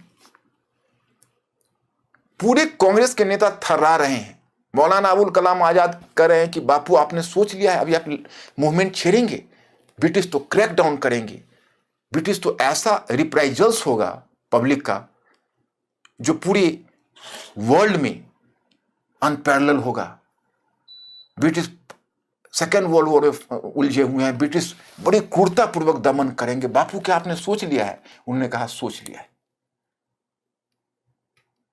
तो ऐसा जज्बा गांधी में क्विट इंडिया मूवमेंट में क्यों आ गया? तो ऐसा नहीं कि गांधी का ट्रूथ कोई एक है। तो मैं आपको बताऊं कि जब 1909 में, जिस समय साउथ अफ्रीका के अपने एक्सपेरिमेंट में ही थे, उसमें उन्होंने हिंद स्वराज लिखा था। तो हिंद स्वराज में उन्होंने वेस्टर्न सिविलाइजेशन को पूरे चैलेंज किया है। अगर मैं समझता हूं उन बच्चों को जो गांधी में विशेष रूप से इंटरेस्टेड है, तो मैं उसको 2 सुझाव देना चाहूंगा अगर आपको दिक्कत ना हो। एक, अगर एक हिंद स्वराज कृति है 74-75 पेजेज की है, वो आपको कहीं भी मिल जाता है, 10 रुपीज उसका किसी भी शॉप में देखो, किसी अच्छे शॉप में तो मिल जाएगा, गांधी आश्रम में तो मुफ्त में मिल जाता है। तो उसमें 74-75 पेज की है, उसमें आप गांधी की आइडियोलॉजी समझने में समझता हूँ। मैंने उस बुक को कम से कम 2500 बार पढ़ी होगी, मुझे इतना इंटरेस्ट आया उसमें। हालांकि पहली बार चाहे दूसरी बार पढ़ोगे तो चूंकि गांधीज्म के पूरे कॉम्प्लिकेशंस को नहीं समझोगे तो मज़ा नहीं आएगा। हो सकता है इस लेक्चर को सुनने के बाद तुमको खुद उसमें रुचि जग जाए। और दूसरा है कि Richard Attenborough Oscar winning movie भी है, और वो मूवी मैंने 3 बार देखी, मुझे बहुत अच्छी मूवी। सबसे जो उसका विंग किंग्सले जिसने गांधी का रोल किया है, उसने बहुत जस्टिस किया उस रोल के साथ। तो मुझे लगता है अगर वो मूवी देखोगे तो गांधीज्म को वाकई में कुछ अच्छी ढंग से समझने का अवसर मिलेगा। मतलब विंग किंग्सले उससे बढ़िया गांधी का रोल मुझे देख के लगता है जैसे किया नहीं जा सकता है। नन कॉपरेशन मूवमेंट वाले का सीन देखोगे, कोर्ट का सीन देखोगे, या उसे गांधी के आईज से जो एक विशेष प्रकार का जो लाइट है वो बीम कर रहा है, बीमिंग आईज उनका है, वो बहुत रेयर टाइप का उसने एक्टिंग किया है। तो मैं आपको ये कहना चाहता कि इस प्रकार से जब आप वेस्टर्न सिविलाइजेशन को चैलेंज किया तो 1909 में उन्होंने लिखा था, 1909-10 में, पहले गुजराती इंग्लिश में लिखा फिर गुजराती में अनुवाद किया था, वो था हिंद स्वराज्य। तो हिंद स्वराज में उन्होंने पश्चिमी मशीनीकरण, उन्होंने सिविलाइजेशनल चैलेंज पश्चिम को किया है। कि उन्होंने एक स्टेटमेंट दिया है जो थोड़ा आपको ऑफेंसिव लगेगा, क्योंकि थोड़ा सा आपको लगता है कि उसको एंटी मॉडर्निज्म का नाम दिया गया, एंटी मॉडर्निज्म। उन्होंने स्टेटमेंट दिया है कि मॉडर्न इंडस्ट्रीज, मतलब आधुनिक उद्योग, वकील और डॉक्टर ने भारत को कंगाल बना दिया। Modern industries, lawyers and doctors impoverished India, and the salvation of India lies in the fact of forgetting what it has learned since the last 50 years। मतलब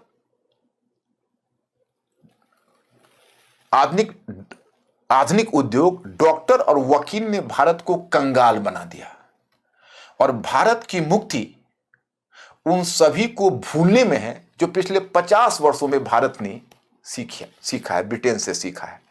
मतलब जिस मॉडर्नाइजेशन का ब्रिटिश दावा कर रहे थे कि we have modernise India, Gandhi ने कहा कि आपने मॉडर्नाइज नहीं किया, बर्बाद कर दिया। हमारे यहाँ इतना पॉपुलस कंट्री है, आप एग्रीकल्चर से सबको बेरोजगार करते जा रहे हो, लोगों को सड़क पर ला रहे हो और मॉडर्न इंडस्ट्रीज दे रहे हो, 1 लाख लोगों को बेरोजगार कर रहे हो और 500 लोगों को आप वर्क दे रहे हो, और इतने सारे लोग जो बेरोजगारों की भीड़ आ जाएगी। पहले तो हाथ को काम दो। Machines should not replace human labour, machine should be complementary to human labour. जैसे हालांकि मशीन के बारे में जो गांधी की सोच आप 1909 में देखोगे, वह सोच 1943 में नहीं है। 1943 में गांधी की सोच बदल गई है। वो थोड़ा सा मशीन की अपरिहार्यता को मानने लगे थे, क्योंकि मैंने क्या कहा, वो भी तो एक्सपेरिमेंट ट्रूथ के साथ कर रहे थे। लेकिन उनका कहना यह था कि मशीन को, ह्यूमन लेबर को रिप्लेस नहीं करना चाहिए। कार्ल मार्क्स से यहाँ फर्क ही है। कार्ल मार्क्स मशीन चाहता है, परंतु प्रोडक्शन चाहता है वर्कर्स के हाथ में हो। गांधी का कहना है कि मशीन ही अपने आप में मैन को डिह्यूमनाइज कर देगी, क्योंकि जो मशीन होगा, वो मशीन अगर ह्यूमन लेबर को रिप्लेस करेगा तो ह्यूमन लेबर, इसका मतलब है कि आप जब तक शारीरिक काम नहीं करोगे। क्योंकि गांधी तो बेसिकली बहुत सारे वेस्टर्न थिंकर्स ही प्रभावित है ना, पढ़ोगे तो जैसे थॉरो है अमेरिकन, फिर रशियन है लियो टॉल्स्टॉय, वो सब भी वेस्टर्न सिविलाइजेशन के क्रिटिक थे। फिर इमर्शन है। तो ये जो थिंकर्स है, अब जॉन रस्किन है, तो इन थिंकर्स से वो गांधी खुद भी इम्प्रेस थे। तो ये थिंकर्स ने भी मतलब इस तरह से समझो तो एक्सेसिव इंडस्ट्रियलाइजेशन का, अर्बनाइजेशन का, मैकेनाइजेशन का, सबका उन्होंने भी क्रिटिसाइज किया था। They were the great critic of all this things. लेकिन जो गांधी का उसमें स्टैंड है, तो गांधी उनसे एक चीज सीखा था कि इंसान की शिक्षा केवल इंटेलेक्चुअल लेवल से नहीं मिलती है, मैनुअल लेवल से ही मिलती है। जैसे इसलिए गांधी के आश्रम में तुम देखोगे सबको एक खास काम करना पड़ता था। गांधी भी खुद फिजिकली वर्क करते थे। वो मानते थे हमारा लाइफ कंप्लीट होगा ही नहीं जब हम फिजिक को बैठा के रखेंगे। अब बैठ के इंटेलेक्चुअल की तरह केवल आप लिखते रहोगे और फिजिकल वर्क नहीं करोगे तो आपका तो सर्वांगीण विकास होगा ही नहीं, ओवरऑल डेवलपमेंट। तो उनका मानना था कि मशीन जब हमको काम ही छीन लेगा तो रोटी तो बाद में, पहले तो हमको ह्यूमन बीइंग होने ही नहीं देगा। तो उनका अपना एक परसेप्शन था। बच्चों, मैंने पहले ही कहा ह्यूमैनिटीज है, तो कहाँ डिफर करना है क्वेश्चन में देखेंगे, कहाँ एग्री करना है क्वेश्चन में देखेंगे। पेशेंस से आप केवल जानिए कि वो क्या बोल रहे हैं। तो ये उनका बोलना है। तो फिर उन्होंने इस प्रकार से, तो वेस्टर्न सिविलाइजेशन, तो पहला तो उन्होंने जो क्लेम किया था कि हमने मॉडर्नाइज किया, गांधी ने पहला पहला चोट तो वहीं मार दी उन्होंने, जो कि न मॉडरेट मार पा रहे थे न एक्सट्रीमिस्ट मारे, और मार्क्सिस्ट का तो प्रश्न ही नहीं उठता। मॉडरेट तो चाहते थे आप करो इंडस्ट्रियलाइजेशन, एक्सट्रीमिस्ट चाहते थे हमें तकनीकी चाहिए, क्योंकि हम इंडस्ट्रियलाइज होंगे, आपसे लड़ेंगे आप ही की तकनीकी का इस्तेमाल करके। और मार्क्सिस्ट चाहते थे कि तकनीकी चाहिए, क्योंकि प्रोडक्शन ही नहीं होगा तो डिस्ट्रीब्यूशन कैसे होगा, लेकिन प्रोडक्शन तो हमें चाहिए। लेकिन गांधी ने कहा हमें प्रोडक्शन चाहिए, लेकिन आपके टाइप का प्रोडक्शन नहीं चाहिए, क्योंकि आपके टाइप का प्रोडक्शन हमारे लिए उचित है ही नहीं।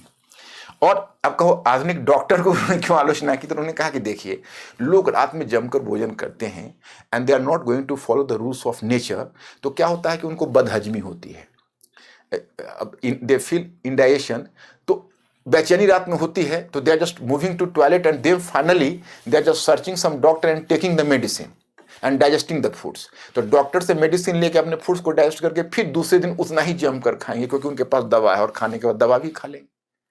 अगर एक रात अगर वो पूरे बदहजमी के शिकार रहते, तो सुबह कम से कम तौबा कर लेते कि जीवन में अब ओवर डाइट नहीं लूंगा। तो डॉक्टर ने हमारे प्राकृतिक दिनचर्या को बिगाड़ दिया। तो इस तरह से उन्होंने वेस्टर्न सिविलाइजेशन पर ही चोट कर दी। और लॉयर्स को तो खुद भी प्रोफेशन से लॉयर थे, इन्होंने कहा कि लॉयर्स तो पैसे लेकर आपस में झगड़े लगाते हैं। So better there should be not the court, modern court, rather our gram panchayat, and we have to follow the method of mediation in order to resolve the, you can say, the conflict in society. तो हमें कम से कम झगड़े वगैरह के सुलझाने के लिए एक मध्यस्थ वर्ग चाहिए, हमें वकील की जरूरत नहीं। तो इस तरह से उनका वेस्टर्न सिविलाइजेशन का टोटल क्रिटिसिज्म करना उन्होंने शुरू कर दिया। अब अत्यधिक मशीनीकरण का विरोध जो मैंने बताया, बाजार की प्रतिस्पर्धा की जगह परस्पर सहयोग की भावना, he is all for cooperation and oppose to competition in the market. अब देखिए, आपको याद होगा कि मैंने कैपिटलिज्म पर लेक्चर लिया, क्योंकि आपको एक लेक्चर से दूसरे लेक्चर में थोड़ी सहायता लेनी होगी। तो आपने कैपिटलिज्म में मैंने आपको एडम स्मिथ से परिचय कराया। कैपिटलिज्म का लिंचपिन क्या है, what is linchpin of capitalism? The linchpin of capitalism is competition. पूंजीवाद अपनी सबसे बड़ी ताकत मानता है किसको? कंपटीशन को, प्रतिस्पर्धा को। वो मानता है कि प्रतिस्पर्धा प्रोडक्शन बढ़ाता है, इसलिए बेटर टू डू कंपटीशन। तो उसने कंपटीशन पर बल दिया था। गांधी ने कंपटीशन वाले पहलू को दरकिनार किया, कहा नहीं, नॉट कंपटीशन, कोऑपरेशन, परस्पर सहयोग। प्रतिस्पर्धा हमारी सामुदायिक भावना के अनुकूल नहीं है, हमारी सामुदायिक भावना के अनुकूल है सहयोग। तो फिर वेस्टर्न सिविलाइजेशन को उन्होंने चैलेंज किया यहां उनके। अब challenge to British political domination, Britain के अधीन भारतीय दासता को चुनौती। Challenge to British political domination. अब देखो, ब्रिटिश दासता को उन्होंने कैसे चुनौती दी? स्वयं ब्रिटिश को ही मात कर दिया उन्होंने, क्योंकि अब तक जितने लीडरशिप थे वो कहते थे हमें आजाद करो। गांधी ने कहा आप कौन होते हैं हमें आजाद करने वाले? हमें पहले खुद आजाद होना है। अगर हम आजाद हो जाएंगे तो आप गुलाम कैसे बनाएंगे? तो ब्रिटिश और चौंकेंगे, भाई आप कैसे आजाद होगे? तो हमें पहले नैतिक स्वराज्य चाहिए। If you will get moral swarajya, then how can you deny to give us political swarajya? And even if you are not in a mood to give us the political swarajya, but still we will enjoy swarajya after attaining moral swarajya. मतलब जब हम एक बार नैतिक रूप से स्वतंत्र हो जाएंगे, तो आप हमको राजनीतिक रूप से प्रतंत्र कैसे बना लोगे? तो आप कहोगे कि भाई नैतिक रूप से स्वतंत्रता का क्या मतलब है? इसमें बहुत सारे लीडर कंफ्यूज हो जाते थे। जिन्ना ने कहा, जब नॉन कॉर्पोरेशन मूवमेंट उन्होंने छेड़ा, उन्होंने कहा स्वराज्य, तो जिन्ना ने कहा पहले आप स्वराज्य शब्द को स्पष्ट कीजिए, आपका स्वराज्य शब्द हमें समझ में नहीं आ रहा। तो बेसिकली उन्होंने स्वराज्य शब्द को ही अपने आप में चैलेंज कर दिया। तो मतलब उन्होंने पॉलिटिकल स्वराज्य शब्द, जैसे दादा भाई नौरोजी के लिए या जो एक्सट्रीमिस्ट लीडर्स है उनके लिए स्वराज्य का मतलब क्या था कि नॉर्मली अ पॉलिटिकल फ्रीडम। लेकिन गांधी के लिए स्वराज्य का पहला मतलब था नैतिक स्वतंत्रता। उन्होंने कहा कि देखिए, हिंद स्वराज में उन्होंने प्रकट किया, हिंद स्वराज में उन्होंने जो पुस्तक लिखी है वो एक एडिटर जवाब देता है और रीडर उससे पूछता है। तो वो कृष्ण और अर्जुन का संवाद कुछ क्रिटिक्स मानते हैं कि जस्ट लाइक भागवत गीता के पैटर्न पर, जैसे अर्जुन क्वेश्चन करता है और कृष्ण जवाब देते हैं, उसी तरह से वहाँ एडिटर के रूप में गांधी है। उसमें गांधी ने कहा है कि हम ब्रिटिश के पैरों तले नहीं, पश्चिमी सभ्यता के पैरों तले रौंदे जा रहे हैं। We are not being trampled under the feet of the British, rather under the feet of the western civilisation. ये जो पश्चिमी सभ्यता है, हमें ब्रिटिश से घृणा नहीं है, ब्रिटिश रहें, आप रहिए, हम आपके न्यायालय में नहीं जाएंगे, आपकी वस्तुओं को नहीं खरीदेंगे, will not purchase your products, you will not just knock at your court, you will not join your educational institutions, हम आपके शिक्षण संस्थानों में नहीं जाएंगे, हम अपना खुद का प्रोडक्शन करेंगे, खुद हम चरखे से प्रोडक्शन करेंगे, हम अपने ग्रामीण पंचायत के माध्यम से निर्णय लेंगे, आप रहिए, मुझे आपके रहने से कोई आपत्ति नहीं, यू आर मोस्ट वेलकम। तो इसलिए किसी क्रिटिक ने कहा कि गांधी ने ब्रिटिश उपनिवेशवाद की जड़ पर ही चोट कर दी, तो ब्रिटिश को तिल मिलाना स्वाभाविक था। क्योंकि आप जैसे you can understand this point, मैंने क्या कहा कि colonialism was basically an economic relation, but it affected political, social and cultural structure as well. यानी उपनिवेशवाद मूलतः एक आर्थिक संबंध था, परंतु उसने राजनीतिक, सामाजिक और सांस्कृतिक ढांचे को भी प्रभावित किया। मतलब ब्रिटिश आर्थिक शोषण के लिए यहां राजनीतिक नीति बनाते थे, सामाजिक नीति बनाते थे और सांस्कृतिक नीति बनाते थे। गांधी ने क्या किया कि उसी इकोनॉमी इंटरेस्ट को खींच लिया और कहा कि आप रहिए, आप राजनीतिक नीति बनाइए, आप सांस्कृतिक नीति बनाइए, आप सामाजिक नीति बनाइए, और सांस्कृतिक नीति को भी उन्होंने काउंटर किया अपने ढंग से, और आपको जो नीति बनानी है बनाइए, आप रहिए, लेकिन हम ये काम नहीं करेंगे।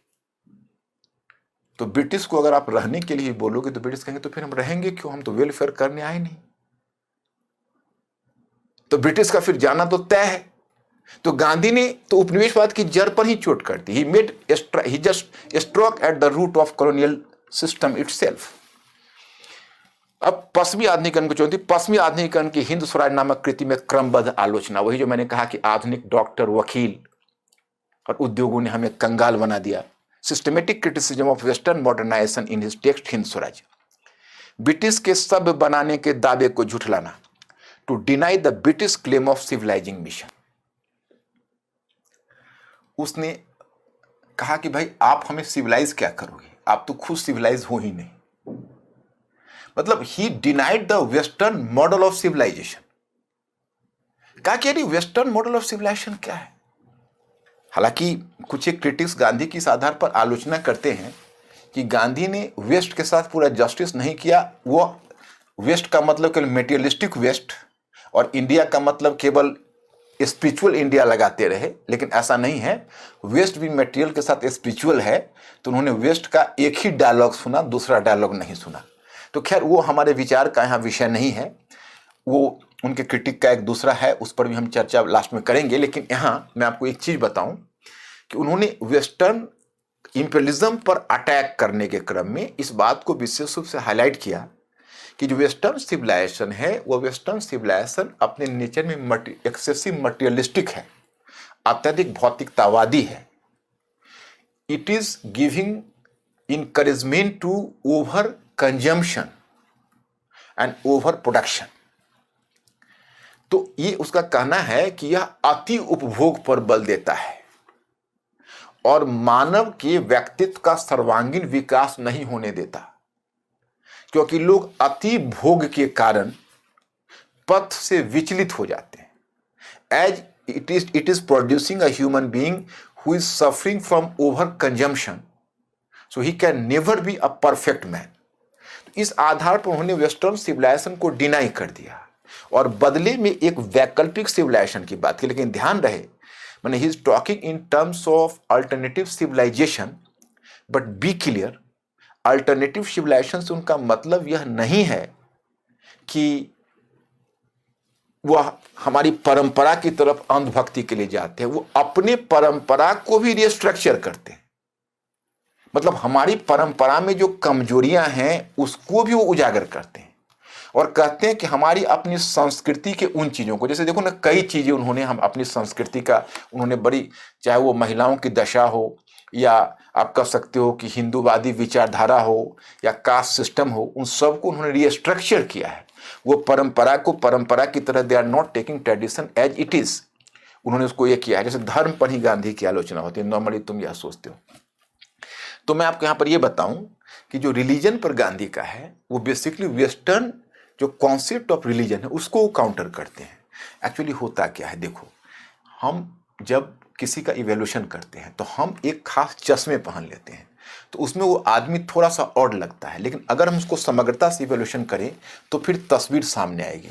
तो बच्चे, आगे वाले लेक्चर में जब हम थोड़ा सा नेशनल मूवमेंट की चर्चा करूंगा, वहां पर गांधी के सेकुलरिज्म की चर्चा करूंगा कि गांधी भी सेकुलर है, लेकिन वह सेकुलरिज्म का मॉडल नहीं है जो वेस्ट ने डेवलप किया है। जैसे एक मॉडल अमेरिका, फ्रांस वगैरह ने डेवलप किया है सेकुलरिज्म का, और दूसरा ब्रिटेन ने डेवलप किया है। मैं आपको बताऊंगा कि ब्रिटिश खुद भी सेकुलर नहीं थे। अगर आप जिसको सेकुलर भी कहते हो, जिसको कहते हो कि धर्म से डिस्टेंस बनाए रखना, मैं उसकी चर्चा करूंगा आगे, अभी वो माकूल जगह नहीं हुआ है। तो मैं आपको बताऊंगा कि British themselves they were not secular, British खुद भी सेकुलर नहीं थे। जैसे मैं उसकी चर्चा आगे करूंगा। फिलहाल मैं आपको बताऊं कि ब्रिटिश के सभ्य बनाने के दावे को झुठलाना, इन्होंने कहा कि आप तो आपका सिविलाइजेशन के वैल्यू को हम एक्सेप्ट ही नहीं करते हैं, तो आप हमें सभ्य कैसे बनाओगे? सभ्य तो तब है कि जब आप खुद सभ्य होते, लेकिन मुझे आप सभ्य नहीं लगते। मतलब उनका टोटल भाव यही है।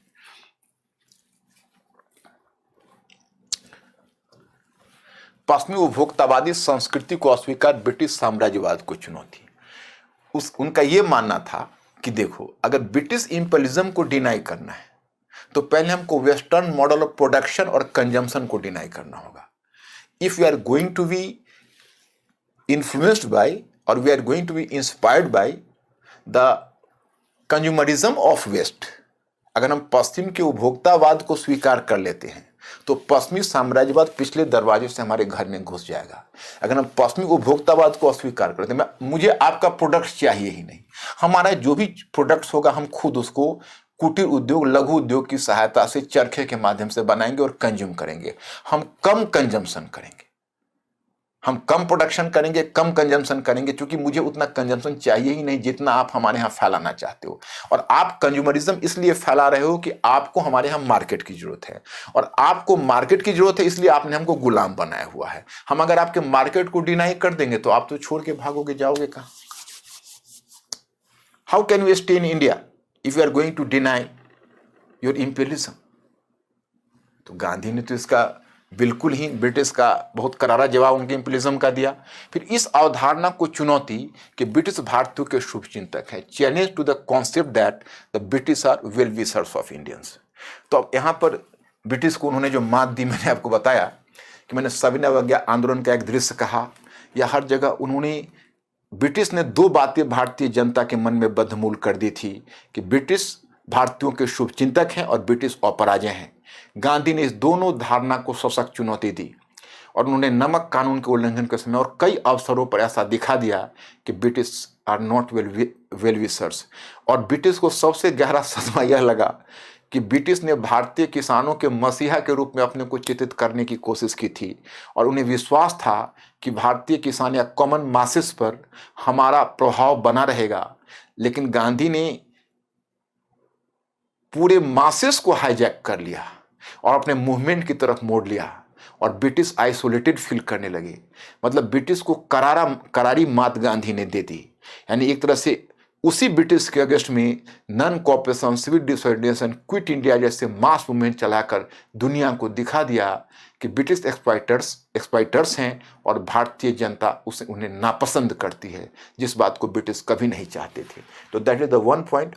अब नमक जैसे मुद्दे को उठाकर ब्रिटिश सरकार की उदारता का पोल खोलना, जो मैं आपको बता चुका हूं, to expose the British government through raising the issue like salt making, ये मैं ऑलरेडी आपसे डिस्कस कर चुका हूं।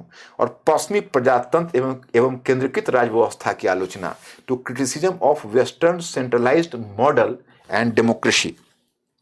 अब मैं यहां पर यह बताऊं कि ये जो टर्म मैंने आपको दिया है, ये टर्म यह है कि पश्चिमी प्रजातंत्र एवं केंद्रीकृत राज्य व्यवस्था की आलोचना, criticism of western centralised model and democracy. मतलब पश्चिम जिसे प्रजातांत्रिक मॉडल कहते थे या संसदीय परंपरा कहते थे, गांधी उसे पूरी तरह नकारते थे। गांधी कहते थे your model is not superior. वो कहते थे कि भाई सत्ता विकेंद्रीकृत होना चाहिए, सत्ता ग्राम पंचायत में होनी चाहिए, आप वहाँ सेंट्रल गवर्नमेंट्स बनाकर ऊपर से नीचे। तो इसलिए कुछ थिंकर्स मानते हैं कि गांधी एक एनार्किस्ट थिंकर थे। अब एनार्किस्ट यहाँ गलत, एनार्किज्म का नेगेटिव सेंस में मतलब मत लगाओ। जैसे एनार्किज्म का मतलब होता है जो एक फिलोसफी होती है, एक पॉलिटिकल थियरी होती है, वो मानती है state is an unnecessary evil. तो राज्य एक अनावश्यक बुराई है, मतलब राज्य को होने की जरूरत नहीं है। तो चूंकि पश्चिम ने राज्य व्यवस्था कायम की थी, डेमोक्रेसी का नाटक खेला था, वो कहा वो सारे नाटक हैं, विधानमंडल से चुनकर आते हैं, जनता के प्रतिनिधि होने का दावा करते हैं, परंतु न तो जनता से उनका कोई मतलब होता है, न जनता के प्रति अकाउंटेबल होते हैं, और मुट्ठी भर लोग कहीं दूर बैठे हुए लोगों को एक्सप्लॉइट करते रहते हैं।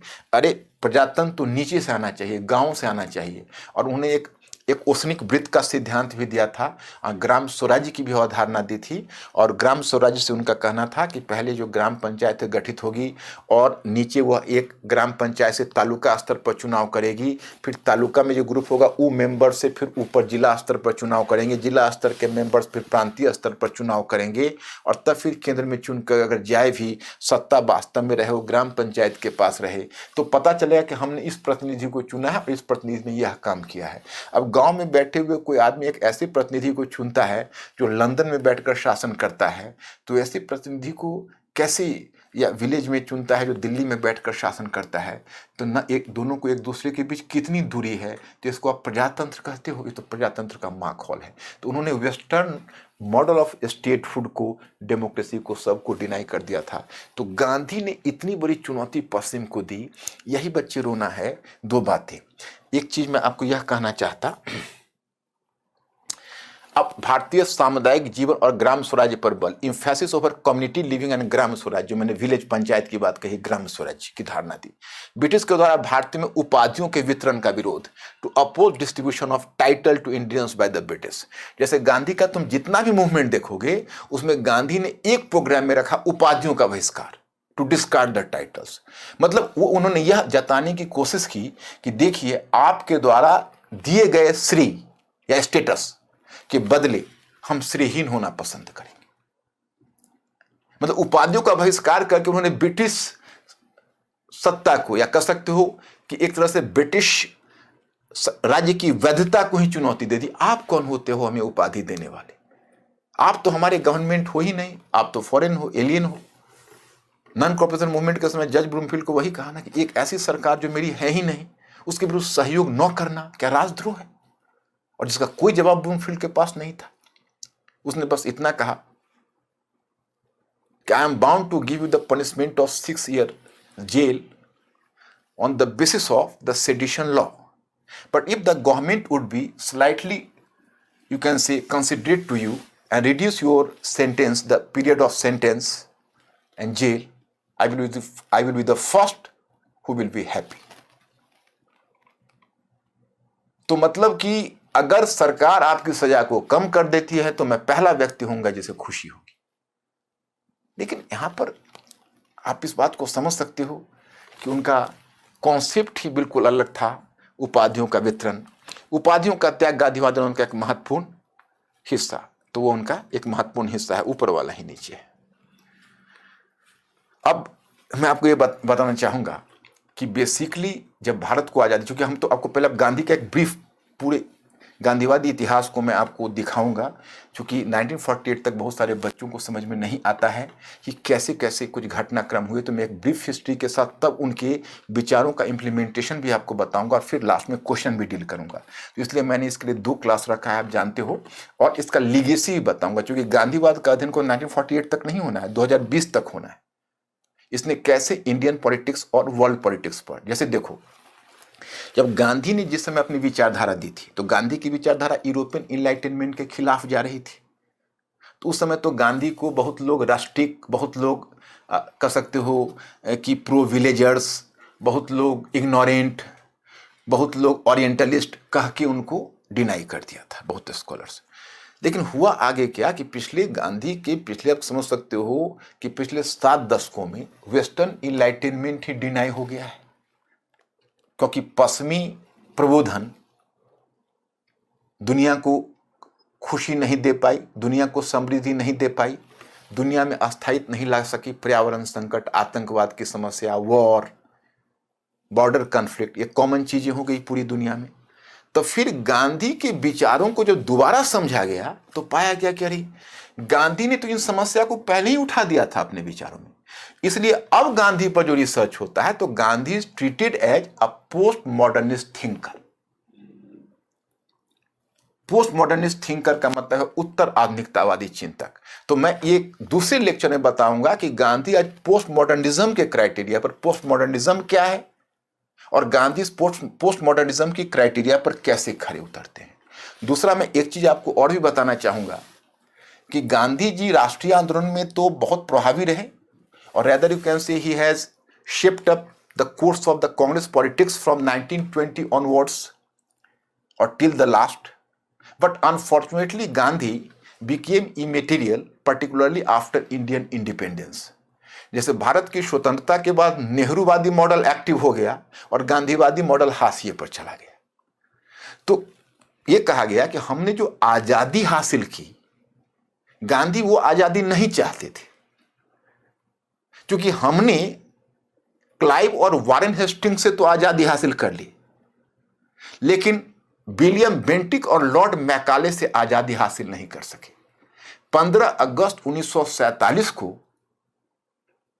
जो हमने आजादी हासिल की, हम ब्रिटिश से आजाद हो गए, लेकिन पाश्चात्य संस्कृति हमारे मस्तिष्क पर जड़ जमाए रह गई। जो गांधी ने हिंद स्वराज में कहा था कि क्या आप ब्रिटिश शासन को समाप्त कर ब्रिटिश संस्कृति या पश्चिमी संस्कृति को बनाए रखना चाहेंगे। तो इसलिए 15 अगस्त 1947 को जब आज़ादी मिली तो वारेन हेस्टिंग्स और लॉर्ड हेस्टिंग्स जैसे ब्रिटिश तो विदा हो गए, लेकिन लॉर्ड मैकाले और विलियम बेंटिक जैसे ब्रिटिश हमारे बीच ही मुस्कुराते देखे गए। तो this is the point Gandhi highlighted. तो ये चीज़ को भी हम लोग को इवेल्युएट करना है लास्ट में कि इसको हम किस प्रकार से यूज़ कर सकते हैं, क्वेश्चन में कैसे यूज़ कर सकते हैं। अब यहाँ से मैंने आपका ब्रीफ हिस्ट्री पकड़ा है, क्योंकि गांधीवाद को समझने के लिए उनके ब्रीफ हिस्ट्री को, उनके कैरियर को भी जानना जरूरी होगा। तो सबसे पहले दक्षिण अफ्रीका के प्रवास के मध्य अहिंसा एवं सत्याग्रह की तकनीकी का विकास, फिर हमने भारत में आना है और उनके 1994 से लेकर 1994 से लेकर और 1948 तक जो गांधी पॉलिटिक्स में जो एक्टिव रहे उसका एक ब्रीफ आइडियाज मिलना है। कहाँ किससे उनका, भीमराव अंबेडकर से उनका कैसे सामना हुआ, या फिर नॉन कॉपरेशन के बाद उन्होंने स्वराजिस्ट को कैसे डील किया, पूर्ण स्वराज्य के समय उनका क्या रोल था, उनका रचनात्मक ग्रामीण कार्यक्रम क्या था, उनका टेक्निक ऑफ मास मोबिलाइजेशन क्या था। तो उन सब से आपका क्वेश्चन निकल कर आता है। तो वो एरिया तो मैं आपको कवर करूंगा ही। फिलहाल मैं उनको बताऊं कि आप जानते हो गांधी के व्यक्तिगत जीवन पर मैं बहुत प्रकाश नहीं डालूंगा, उनके राजनीतिक जीवन पर ही डालूंगा। गुजरात, पोरबंदर और सब जानते हैं 2 अक्टूबर 1869। तो 7 वर्ष की उम्र में ही अपने घर का वातावरण बहुत बढ़िया रहा था, बहुत लिबरल इन्वायरमेंट था। वहाँ पारसी भी बैठते थे, यहूदी पारसी भी बैठते थे, ईसाई भी बैठते थे, मुस्लिम भी बैठते थे उनके घर में, और धर्म पर बहस होती थी। गांधी का व्यक्तित्व बचपन से ही निर्मित हो रहा था। और फिर गांधी 7 ईयर्स की उम्र में आ गए राजकोट, पूरे परिवार उनका आ गया। उनके पिता एक देसी स्टेट में एक मैनेजर के पद पर भी रहे थे।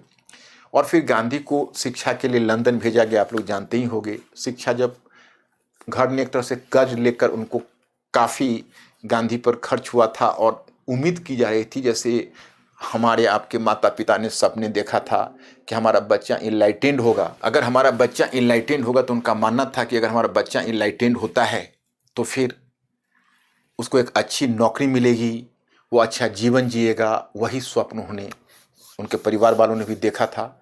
लेकिन जब वो आए वहाँ से लौट कर लंदन से शिक्षा प्राप्त करके एक वकील के रूप में उन्होंने अपना कैरियर आरंभ किया था, लेकिन उनकी वकालत चल नहीं पाई और एक तरह से बेरोजगारी का ही वातावरण था। तभी एक दादा अब्दुल्ला कंपनी ने, वह एक मुस्लिम मर्चेंट की कंपनी थी, साउथ अफ्रीका में काम करती थी, उसने उनको 1 साल के लीज पर एक वर्क दिया। साउथ अफ्रीका जाना था।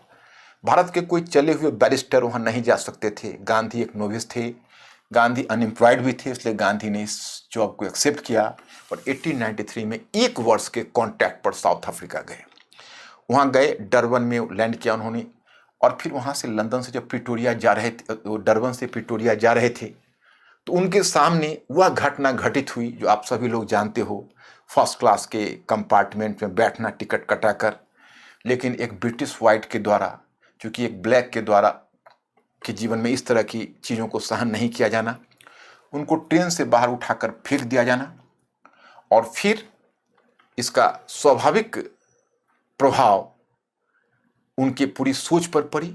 जब ट्रेन से बाहर फेंका गया तब वो जाके कॉलोनियलिज्म को अच्छे ढंग से समझ पाए, और उसी समय उन्होंने एक न्यूज़पेपर में, एक जर्नल में उन्होंने एक आर्टिकल दिया, भारतीयों को भी वहाँ संगठित करना चाहा इस मुद्दे पर। उन्होंने लिखा, is it Christian like, is it justice, is it civilisation, क्या यही है आपके वेस्ट की जस्टिस? फिर गांधी का वहीं से प्रोटेस्ट का एक मेंटेलिटी बनी। इन द मीन टाइम क्या हुआ कि साउथ अफ्रीका से इंडिया का एक गहरा संबंध था, क्योंकि आप जब मॉडर्न हिस्ट्री पढ़ोगे तो एक टर्म आपको मिलेगा इंडेंचर्ड लेबर। इंडेंचर्ड लेबर वो होता था कि यहाँ से जो गरीब लोग होते थे उनको बहला फुसला कर उनसे एक कॉन्ट्रैक्ट पर साइन करवा लिया जाता था, 10 वर्ष 15 ईयर्स ऐसे करते थे, उनको एक रकम मिलती थी, और कहीं अन्यत्र जाकर, जैसे साउथ अफ्रीका हुआ, मॉरिशस हुआ, बहुत सारे कंट्री में जाकर उनको वहाँ सेटल कुछ वर्ष के लिए कर दिया जाता था।